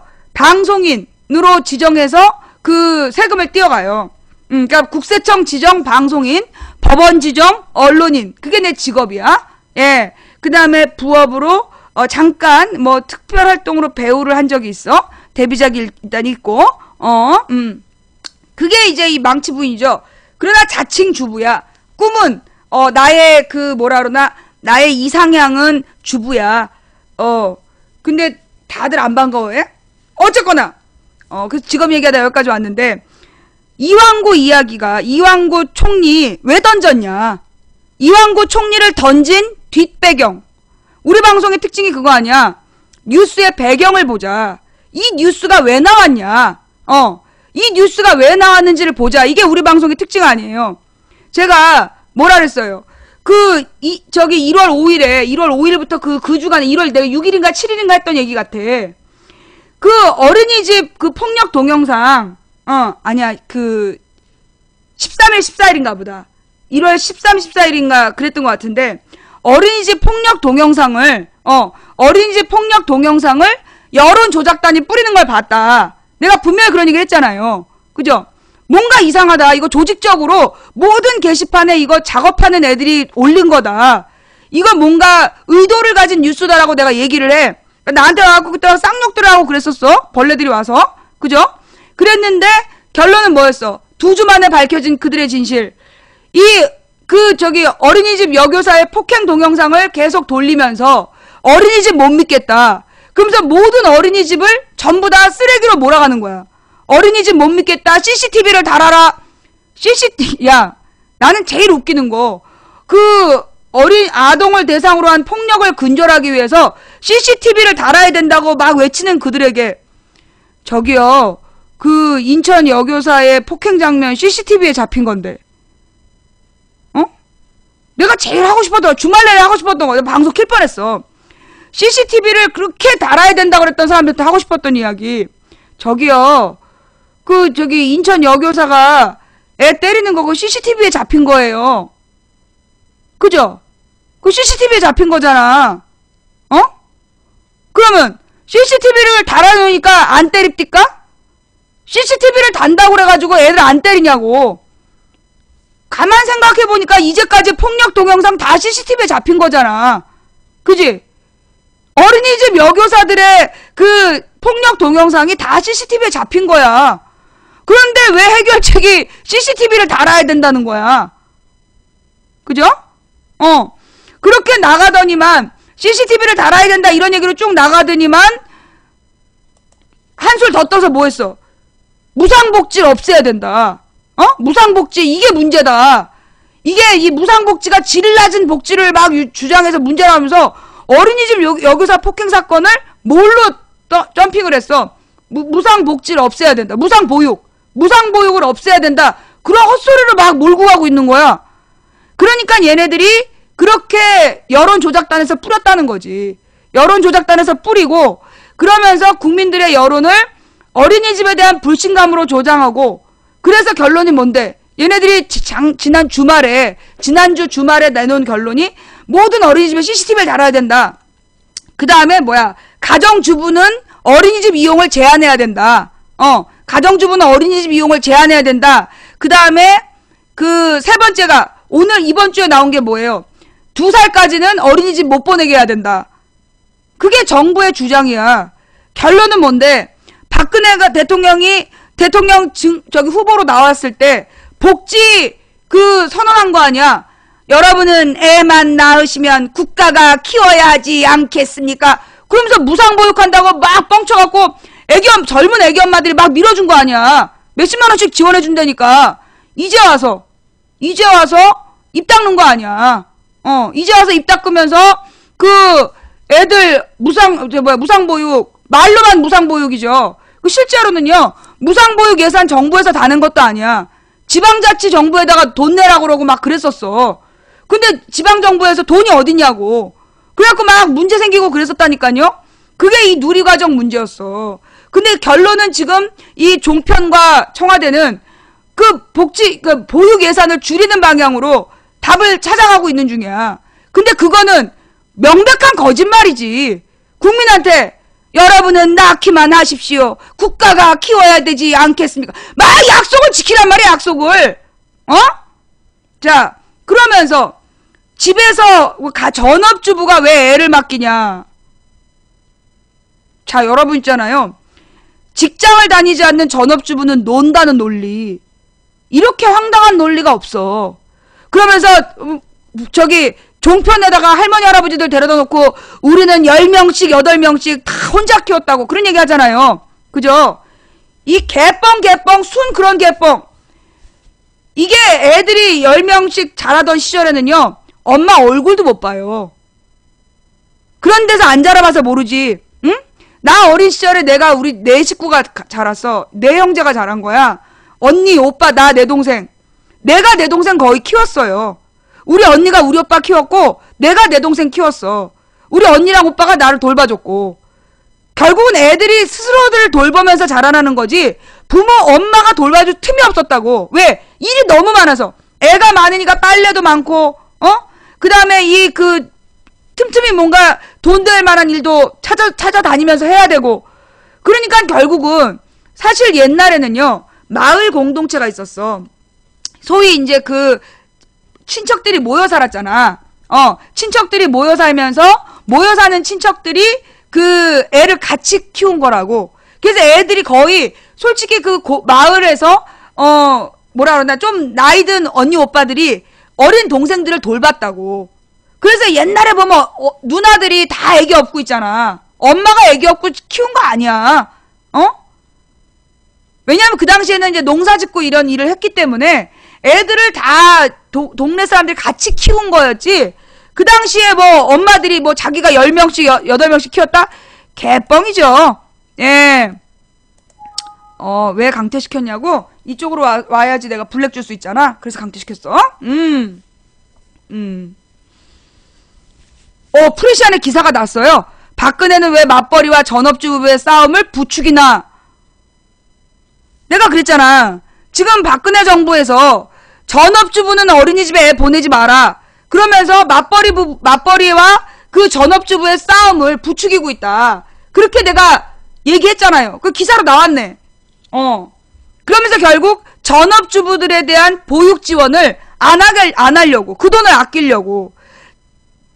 그럼 내가 한 가지 또 잘못 알고 있었어.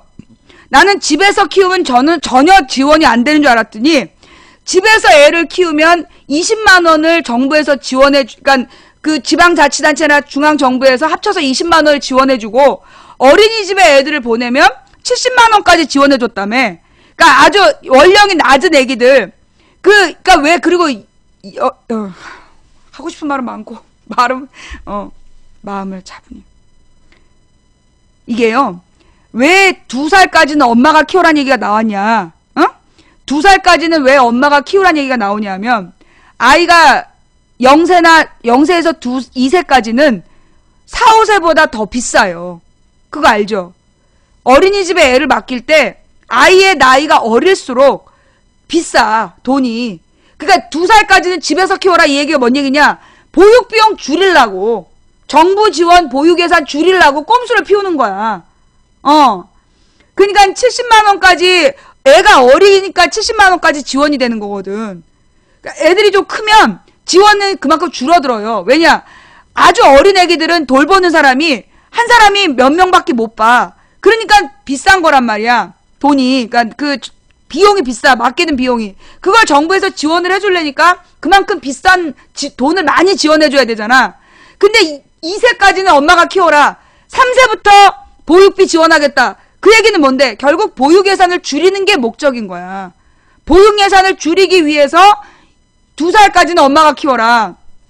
그런데 그래, 2살까지 엄마가 키우면 좋아요.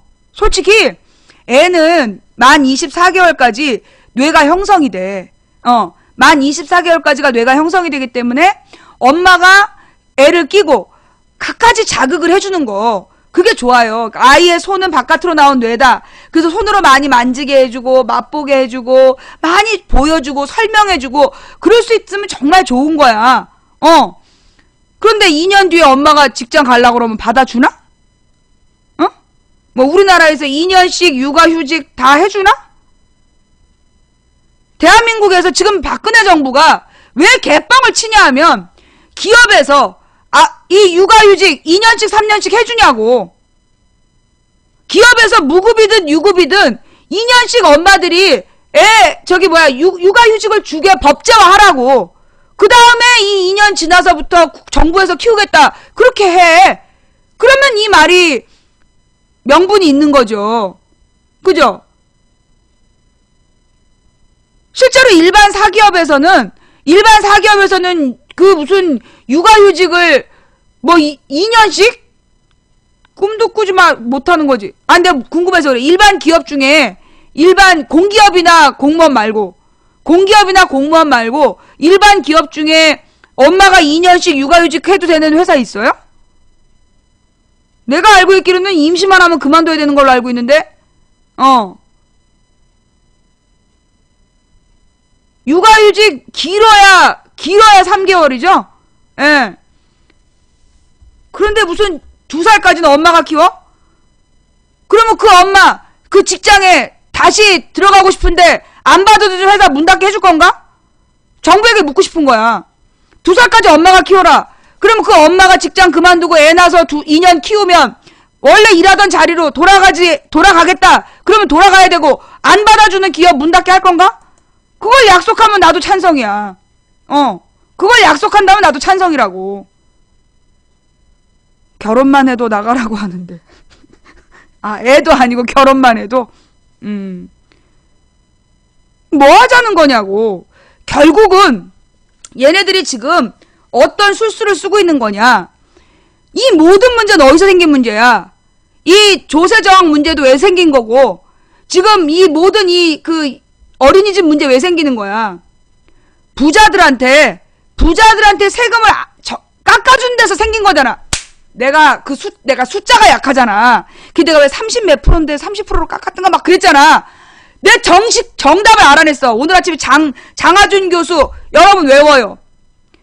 원래 미국 같은 데가 33%를 법인세인데, 유럽은 38%까지 법인세 세금을 내고, 우리나라는 얼마였어? 25%. 법인세율이 우리나라는 25%였대. 다른 유럽보다 10%가 적었던 거야. 거기서 25%를 22%로 깎아준 거야. 그러면 25%를 22%로 깎았다? 12%야. 어? 25를 22로 깎으면 깎은 비율이 12%가 넘어. 그지? 12% 정도 되죠? 예. 부자들한테 세금을, 재벌기업의 세금을요, 10% 이상, 12%를 깎아준 거야. 그러니까 나라가 지금 이 지경이 된 거지. 거기다가 종합부동산세 없앴잖아. 그러니까 없앤 게 아니라 그 가장 많은 종합부동산세 내는 사람들을, 안 내게 했잖아. 그래서 결국은 이 부자들이 내야 되는 세금을 안 내버리는 바람에 지금 이 모든 사단이 난 거라고. 그런데 지금 정부에서는 어떤 방향으로 계속 몰아가고 있는 거야? 복지 예산을 줄여야 된다. 우리나라 복지 지출이 OECD 꼴찌라며. 우리나라 국가 예산 중 복지 지출이 OECD 꼴찌래. 그런데 그걸 더 줄이라는 거야. 이 모든 일은 부자들한테 세금을 정상적으로 내게 하면 되는 거야. 우리나라 부자들이 다른 나라만큼 세금을 내게 하면 되는 거야. 사실 우리나라 재벌이요, 다른 나라 재벌보다 더 악랄하게 돈을 뺏고 있잖아. 우리나라 재벌이 다른 나라 재벌들보다 더 악랄하게 돈을 다 착취하고 있다고. 그러면 나는요, 솔직히 법인세뿐만이 아니라 나는 이 배당 이익에 대한 소득도 높여야 된다고 봐. 지금 우리나라 이 대기업 배당 이익, 결국 대기업에서 나온 이윤을 전부 대주주들이 나눠 먹고 있단 말이야. 원래 그 이윤은 누구 돈이야? 이 기업, 중소기업, 하청기업하고 노동자들이 나눠 받아야 될 정당한 비용을 안 주고 지네가 쪽쪽 빨아가지고 배당 이익으로 나눠 갖는 거야. 그러니까 내가 볼 때 배당 이익에 대해서는 50% 이상을 세금으로 걷어야 된다고 봐요. 돈 놓고 돈 먹는 거잖아. 그죠? 돈 놓고 돈 먹는 이런 배당 이익 같은 거에 대한 세금을 높이 때려서 부자들한테 세금을 많이 걷어야 되는 거야. 그죠? 그런데 지금 부자들한테 세금을 걷어야 되는데, 부자한테 세금을 정상화하면 적어도 문제가 절반 해결이 되는데, 지금 그 부자한테 세금을 안 깎아줘 놓고 그 부족분들 서민들한테 등골 빨아먹으면서 증세가 나쁘다, 그러니 복지를 줄여야 된다, 이런 개논리를 피고 있는 거야. 나 진짜. 그러면서 이왕구 아들이 어쩌고 저쩌고.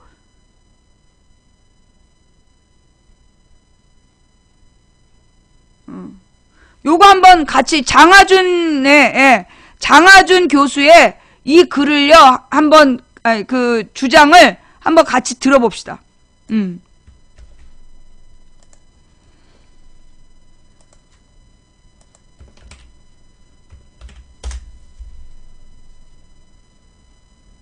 (13월의) 세금 폭탄, 연말정산 문제 때문에 지금 서민 오늘 증세 아침 논란과 박재홍 쇼에 법인세 나온 인상 문제 뜨겁게 장하준 다루고 교수의 있습니다. 발언. 뿐만 아니라 정부의 고용시장 유연화 정책과 비정익 대책 논란의 대상이죠. 정부의 경제정책 지금 제대로 가고 있는 것인지 엄밀한 진단이 필요한 시점입니다. 영국 케임브리지 대학 경제학과의 장하준 교수를 연결해서 말씀 들어보겠습니다. 교수님 안녕하십니까?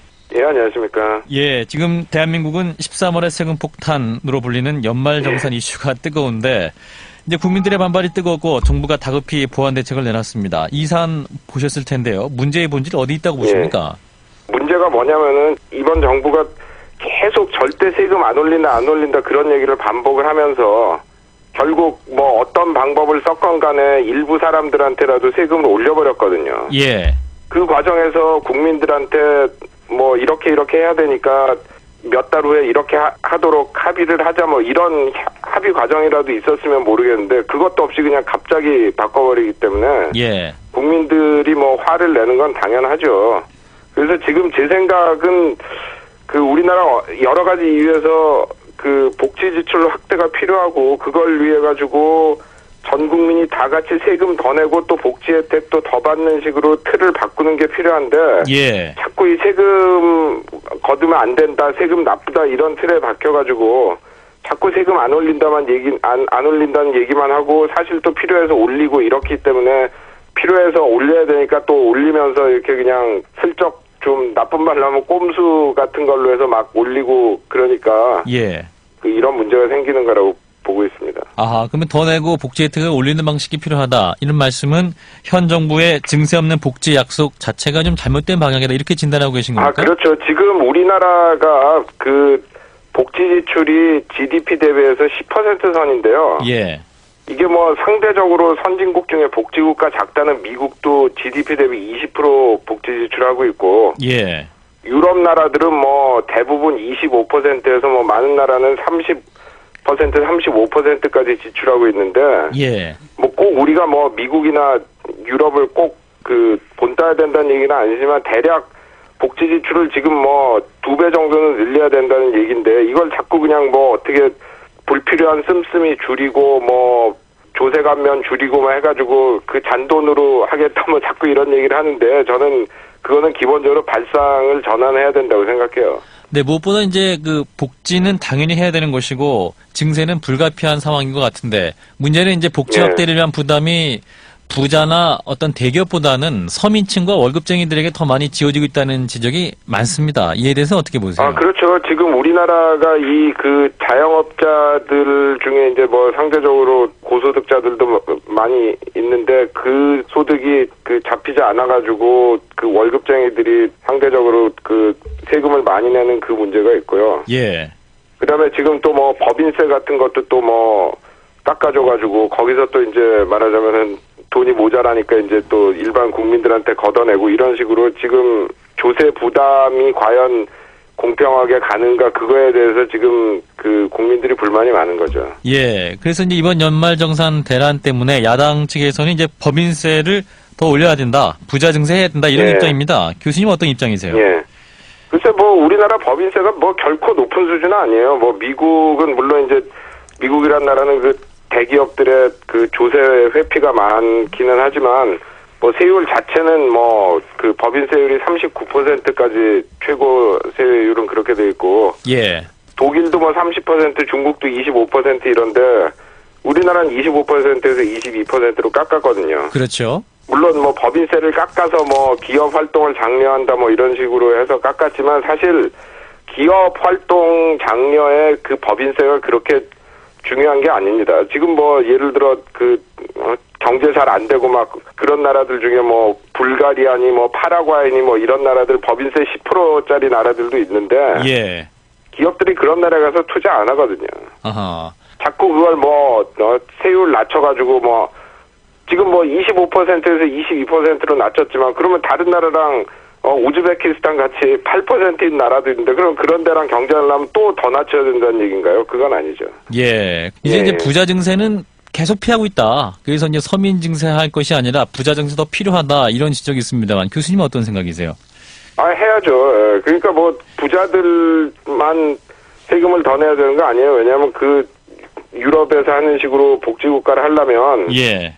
전 국민이 세금을 더 많이 내야 됩니다. 그러니까 그러나 중요한 거는 부자들은 상대적으로 더 많이 내고 예. 가난한 사람들은 조금 내고 그런 거죠. 근데 이제 자꾸 그 요즘 이제 소위 이제 신자유주의적인 사고가 퍼져가지고 부자들 세금 깎아줘야 그 사람들이 투자하고 성장한다 뭐 이런 생각이 자꾸 도는데 지금 뭐 미국이나 영국 같은 데 보면은 그런 식으로 해가지고 지난 30여 년 동안 부자들 엄청 세금 깎아주고 돈 많이 갖다 줬는데 투자도 떨어지고 경제 성장도 떨어졌거든요. 예, 예. 예, 그러니까 그런 걸 잘 알고 이 어떤 부자 증세 같은 것도 그런 시각에서 접근을 해야죠. 예, 예. 자, 요즘 우리 경제의 또 하나 뜨거운 이슈, 그 정부의 고용시장 유연화 정책인데요. 교수님은 이제 우리 정부의 최근 비정규직 대책에 대해서 오히려 하향 평준화하고 있다. 이런 지적도 하셨는데요. 그럼 우리 그렇죠. 정부가 해결책 어디서 찾아야 될까요?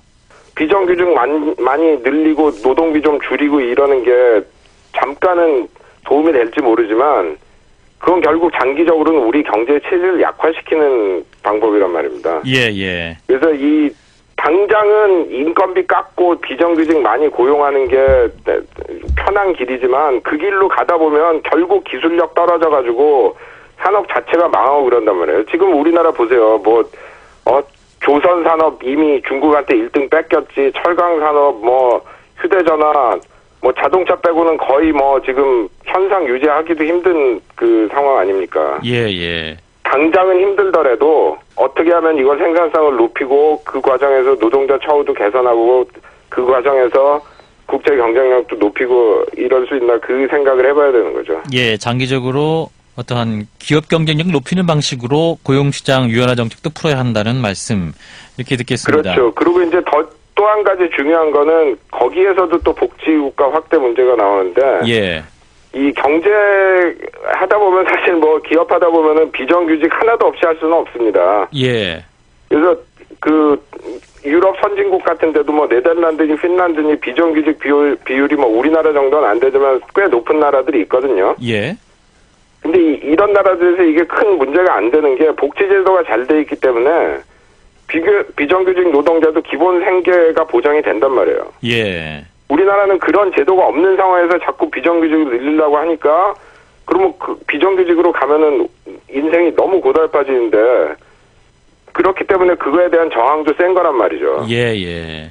자, 이제 마지막으로 현 박근혜 정부의 경제정책 초이노믹스라 불리고 있는데, 자, 교수님께서 마지막으로 좀 재현하실 부분이 있다면 어떤 게 있을까요? 지금 우리나라 문제가 그 장기적인 성장 동력이 자꾸 떨어진다는 게 문제거든요. 예.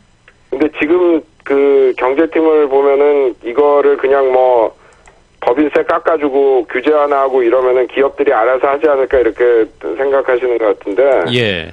이 적극적인 산업 정책을 세워가지고 미래를 이끌어 나갈 산업들을 육성하는 게 필요하거든요. 예. 근데 그런 문제에 대해서 너무 안이하게 생각하시는 것 같아서 잘 생각해 주셨으면 하는 바람입니다. 네, 장기적인 성장 동력을 개발하고 결국 기업 방임보다는 적극적인 산업 정책과 복지 정책이 필요하다. 이런 말씀이시군요. 예, 네. 그렇습니다. 예, 교수님 말씀 여기까지 듣겠습니다. 고맙습니다. 예. 영국 케임브리지 대학의 경제학과의 장하준 교수였습니다. 자, 이거 봐봐. 이 장하준 교수가 하는 얘기가 지금 장하준 교수가 하는 이야기가 뭔 얘기야? 왜 부자 증세를 해야 되느냐? 지금 법인세를 깎아준 논리가 뭐라는 거야? 우리 정부에서 법인세를 깎은 이유가 법인세가 높으면 외국 기업에서 투자를 안 한다. 그래서 법인세를 깎은 거 아니야? 그 다음에 그래서 결국 법인세를 깎아준 이유가 뭐냐면 투자를 늘리기 위해서야. 그 투자를 늘린다는 얘기는 뭐야? 일자리를 많이 만들기 위해서 법인세를 깎아준다는 거였어요.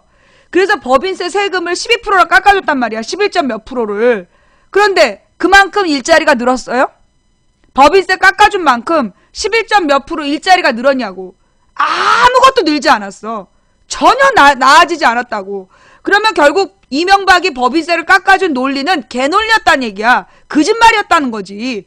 그러면 잘못된 조세 정책을 바로잡는 게 그게 상식이야. 그런데 이명박은 원래 재벌의 이익을 대표하는 대통령이었으니까 어쩔 수 없다고 쳐. 그러면 박근혜라도 정신 차리고 재벌들한테 제대로 세금 내라고 해야 될 거 아니야. 근데 도리어 뭐 하고 있어? 규제 타파, 규제 완화, 규제가 암덩어리. 규제가 뭔데? 대기업이 중소기업을, 대기업이 노동자를 착취하지 못하게 막는 장치들이야. 그게 암덩어리래. 없애야 된대. 그러고만 있는 거 아니야. 결국은요, 지금 이 나라 꼴이 이 모양이 된 거는 누구 때문이야? 결국 대통령의 잘못이야. 그러면 노무현 때는 잘못 없었냐? 나는 노무현 때는 노무현 대통령을 비판하는 방송을 했던 사람이야. 나는 노무현 때는 노무현을 비판하는 방송을 했던 사람이고, 이명박 때는 이명박을 비판하는 방송, 박근혜 때는 박근혜를 비판하는 방송을 하는 사람이에요. 왜?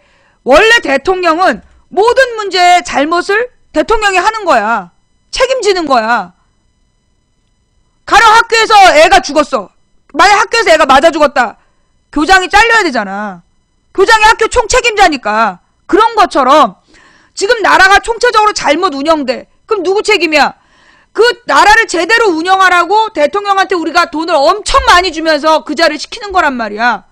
근데 나라 꼴이 개판이야. 대통령 책임이지. 그래서 모든 정치인은, 아니 모든 국민은 대통령을 비판해야 되는 거예요. 대통령한테 어마어마한 권력과 어마어마한 돈을 주면서 우리가 원하는 건 단 하나야. 국가를 제대로 운영해라. 근데 국가를 제대로 운영을 못해. 그러면 어떻게 해야 돼? 예, 어떻게 해야 돼요? 대통령을 욕하는 게 당연한 거야. 그러면 대통령이 잘할 수도 있잖아요. 그렇죠. 대통령이 잘할 수도 있어요. 그러면 그렇게 잘해줄 때 어떻게 해야 됩니까? 막 칭찬해줘요? 잘 달리는 말에도 채찍질을 한다고 잘해도 비판하는 거야. 잘하면 더 잘하라고 비판하고 못하면 못한다고 비판하고 그게 국민의 권리야.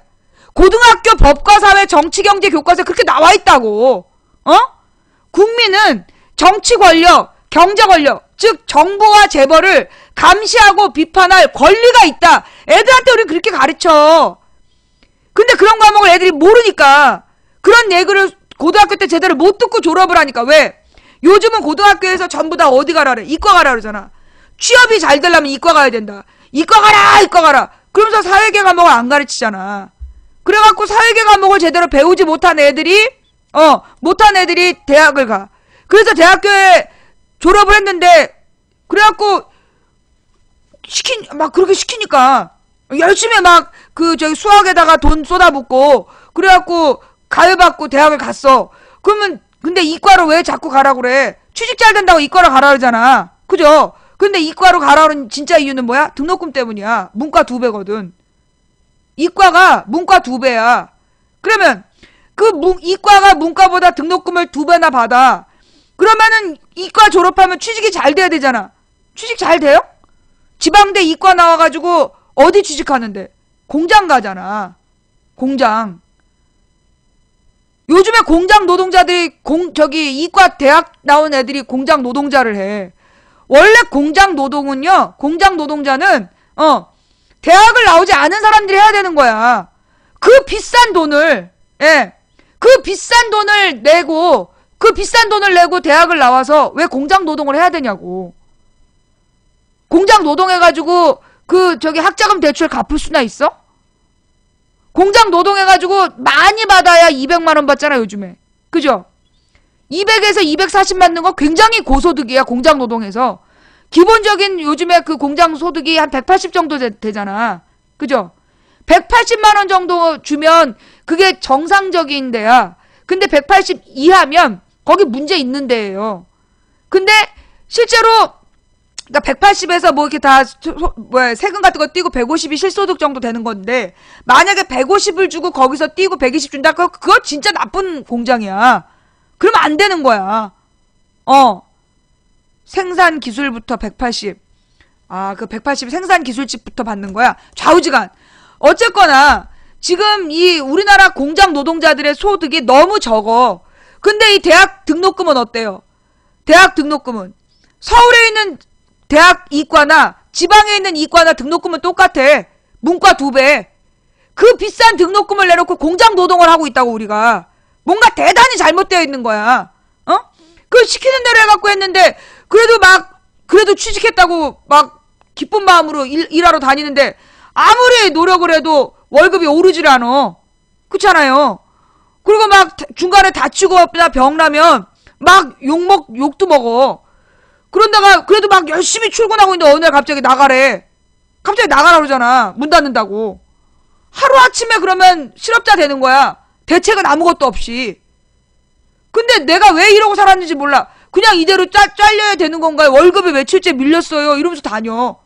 그러다가 갑자기 문 닫는 거야 이제. 일단 월급이 밀리기 시작하면 곧 문 닫는다는 얘기예요. 월급이 밀리기 시작한다는 얘기인데 곧 얼마 안 남으면 문 닫는다는 얘기야. 그런 식으로 지금 우리 노동자들 착취하고 있는 거 아닙니까? 예.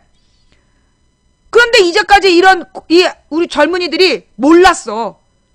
자기가 무능한 줄 아는 거야. 내가 공부 못해서 지방대 갔으니까, 내가 공부 못해서 이렇게 직장을 좋은 데를 못 간 거니까 내 탓이요 이러고 살았다고. 근데 이게 네 탓이 아니라고. 너 개인의 탓이 아니야. 너를 그렇게 만든, 그렇게 해야만 한다라고 계속 윽박지른 이 사회 구조의 문제인 거야. 개인의 문제가 아니라니까? 재미없는데 왜 봐. 꺼져.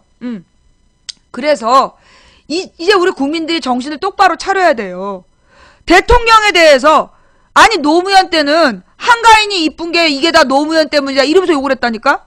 그런데 박근혜가 분명한 정책 책임자로서 나라를 개판으로 운영하는데 비판하면 잡아가겠대. 네가 잡혀가봐야 정신 차리지 막 그래. 아니 한가인이 이쁜 사진, 한가인이 너무 예쁘고 그 연정훈이가 남편이라고, 연정훈 개새끼 누가 거기다 댓글을 달았어. 이게 다 노무현 때문이다. 그러면서 노무현을 욕했잖아.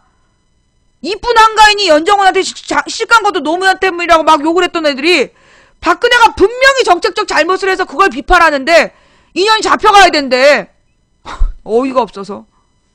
야, 대한민국 정치 교과서에는 민주주의 정치가 발전하려면 국민이 정치 권력을 감시하고 비판할 권리를 행사해야 된대. 똑바로 감시해야 된다고 써있어. 어디서 이런 개소리야. 어? 자, 그 다음 그러면서 말이에요. 이 지금 분위기는 이완구에 대한 뭐 개인 비리가 있냐 없냐, 개인 비리를 막 따지기가 어렵다 이러면서 뭐 야당에서 청문회 뭘 빼달라 그렇게 얘기를 한다는 거야. 응? 청문회 멤버에서 빼달라 뭐 이렇게 그래갖고 청문회 멤버에서 빼달라는 사람을 또 막 욕을 하고 있어. 아니 왜 뜬금없이 이완구를 던져서 지금 박근혜가 잘못한 모든 문제를 지금 덮고 가려고 그러느냐? 어? 그 부분에다가 키포인트를 맞추면 뭘 욕해야 돼? 뭘 요구해야 되는 거야? 지금 청문회 멤버 빼달라 그런 애를 막 그런 야당 의원 이름 돌리면서 미워할 때가 아니라, 그러면 지금 야당에게 우리가 뭘 요구할 거냐야. 응? 새정치연합을 우리가 보니까 어때? 얘네들은 지네들한테 맡겨놓으면 개판쳐. 그렇잖아. 그러면 야당한테 우리가 뭘 요구를 해야 되냐면, 야당한테 뭘 요구를 해야 되느냐? 자, 지금 이완구가 뭐 하겠다? 개인 비리? 이거에 너무 집중하지 말라고. 나는 그래요. 개인 비리가 뭐 드러난 분명한 비리가 있다면 그걸로 낙마시켜야지. 근데 그게 아니잖아. 그렇다면 이완구에게 뭘 물어야 되느냐? 세월호 참사 과정에서 누가 잘못했어? 박근혜 정부가 온전히 오롯이 잘못했어. 초동대처 미흡했지?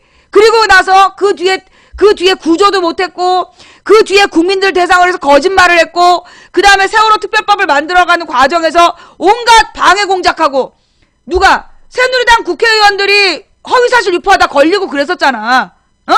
이런 문제들. 자, 그러면 책임 총리로서 업무상 문제로 물고 늘어지라고 박근혜 정부의 지난 2년에 대한 비판을 하면서, 그때 이완구 뭐 했어? 원내대표 했잖아.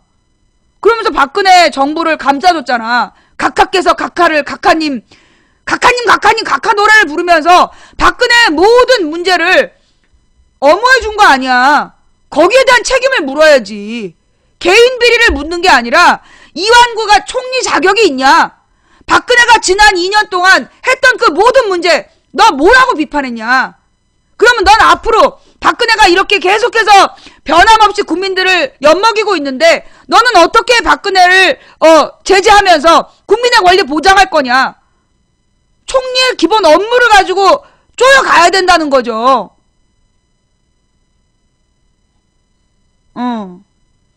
개인 비리? 아니 그 아들이 분명히 뭔가 문제가 있냐? 난 그 하차는 잘못이라고 봐. 그 아들의 병역을 기피를 했어. 그러니까 4번인가 무슨 신검을 받아갖고 군대 안 가려고 몇 번씩 신검 본 거 아니야. 목적이. 그래 그거 지저분한 거 맞아. 근데 그거보다 중요한 건 그건 별 관심도 없다. 둘째 아들이 군대 가냐 안 가냐보다 중요한 건 지난 박근혜의 2년 만행을 왜 두고만 봤냐? 너가 총리가 되면 이걸 어떻게 막을 거냐? 어떻게 제도적으로 막아낼 거냐? 이렇게 포커스를 맞춰가야 된다는 거죠. 청문회에서 개인 비리에 집착해봤자 이번 청문회 건질 거 아무것도 없어. 쟤네들은 이미 그런 거에 대한 준비, 개인 비리 중심으로 하고 있단 말이야. 근데 이완구라는 사람이 굉장히 내가 볼 때는 무서운 사람이야. 되게 무서운 사람이라고. 왜냐? 아니 이완구가 원내대표 된 다음에 박영선 등신 만드는 거 봐봐. 그 박영선이가 다음 대권 후보까지 대권 후보까지 얘기됐던 사람인데 하루아침에 이완구하고 밀실에 들어가갖고 협상하고 나와갖고 그냥 등신돼 버렸잖아. 한 방에. 그래가지고 이왕구하고 얘기해갖고 합의된 내용을 그 유가족한테 받아들이라고 얘기했다가 유가족한테 쌍욕 먹고 완전히 새정치연합 그냥 그어진 거 아니야. 그렇게 무서운 사람이야. 이왕구라는 사람이 그렇게 무서운 사람이라고. 그러니까 이 뭐 개인 비리로 가면 걔가 개인 비리를 드러낼 만큼 그렇게 허술한 사람이 아니라고.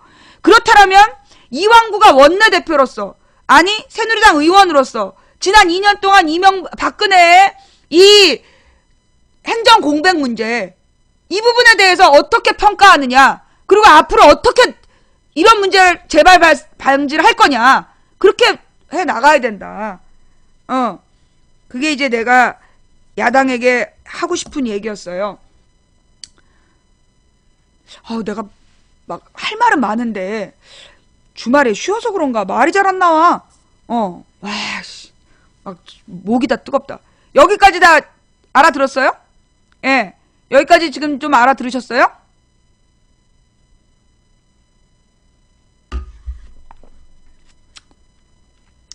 박원순이 뭐 잘못했으면 시의원들더러 공격하라고 그래.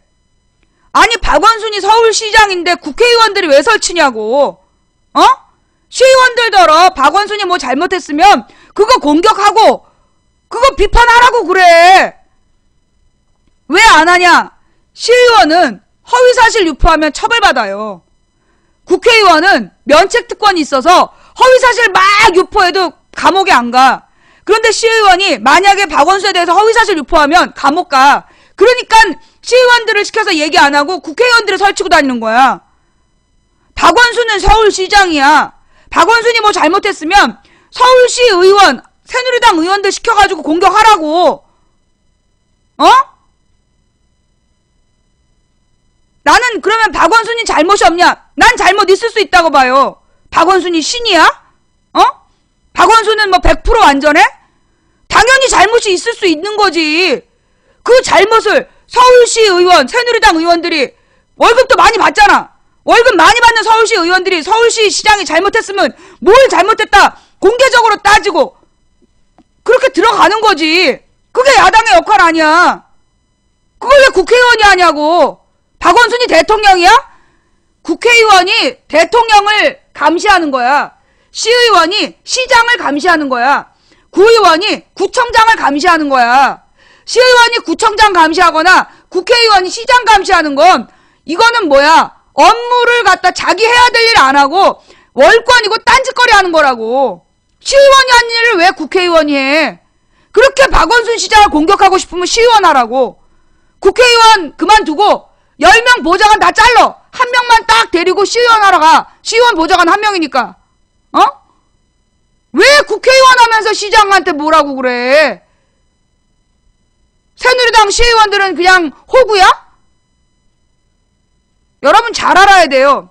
국회의원의 역할은 뭐야? 대통령 견제야. 그거 몰라요? 이게 정치교과서에 나오는 건데. 국회의 기본 임무가 대통령 행정부를 감시하고 견제하는 게 주요 업무예요. 예. 그 다음에 시의원은 시정을 감시하고 견제하는 게 주요 업무야. 구의원, 군의원이 이 시장 군수, 제일 말단 기초 공무원들을 감시하고 견제하는 게 주요 업무야.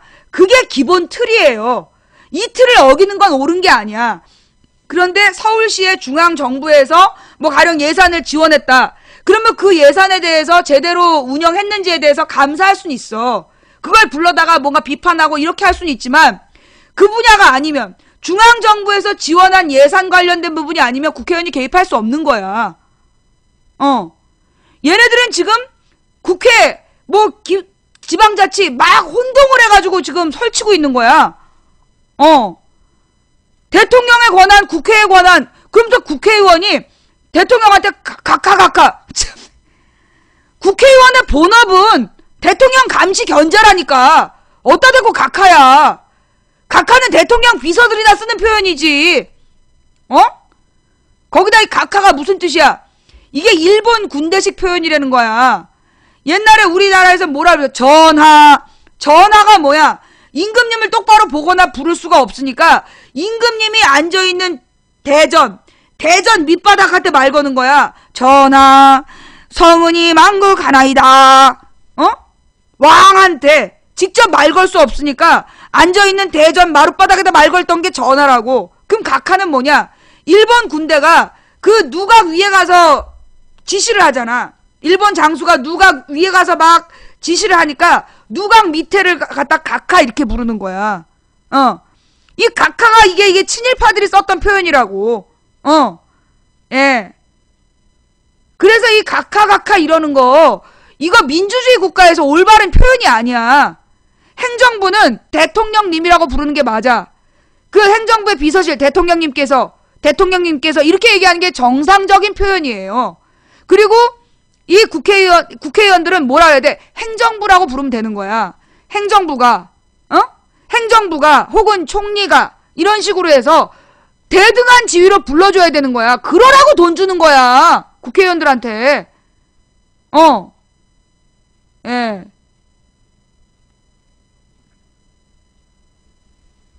그래서 총리나 행정부라고 지칭하면서 박근혜 대통령 이렇게 표현해야 정상이라고. 옛날에 열린우리당 의원들이 노무현 대통령 각하 그랬어? 노무현 정부 이랬지. 참여정부 이렇게 부르고. 기억 안 나요? 김대중 정부 때 국민의 정부 이렇게 부르고 노무현 정부 때 참여정부 이렇게 불렀지. 무슨 각하야, 각하는. 왜? 그게 민주주의적 표현이 아닌 거야. 민주공화국에서는 각하란 표현을 쓰는 게 아니라고. 예. 그 민주주의를 몰라서 그래. 민주주의가 뭔지도 모르고선 지금 저러고 앉아있다니까. 아유, 내가 진짜. 자, 그럼 이제 우리 다음 얘기로 넘어갈게요. 자, 다음 이야기로 넘어가면 시간이 자, 다음 이야기는 뭐냐? 일본인 처형 뉴스.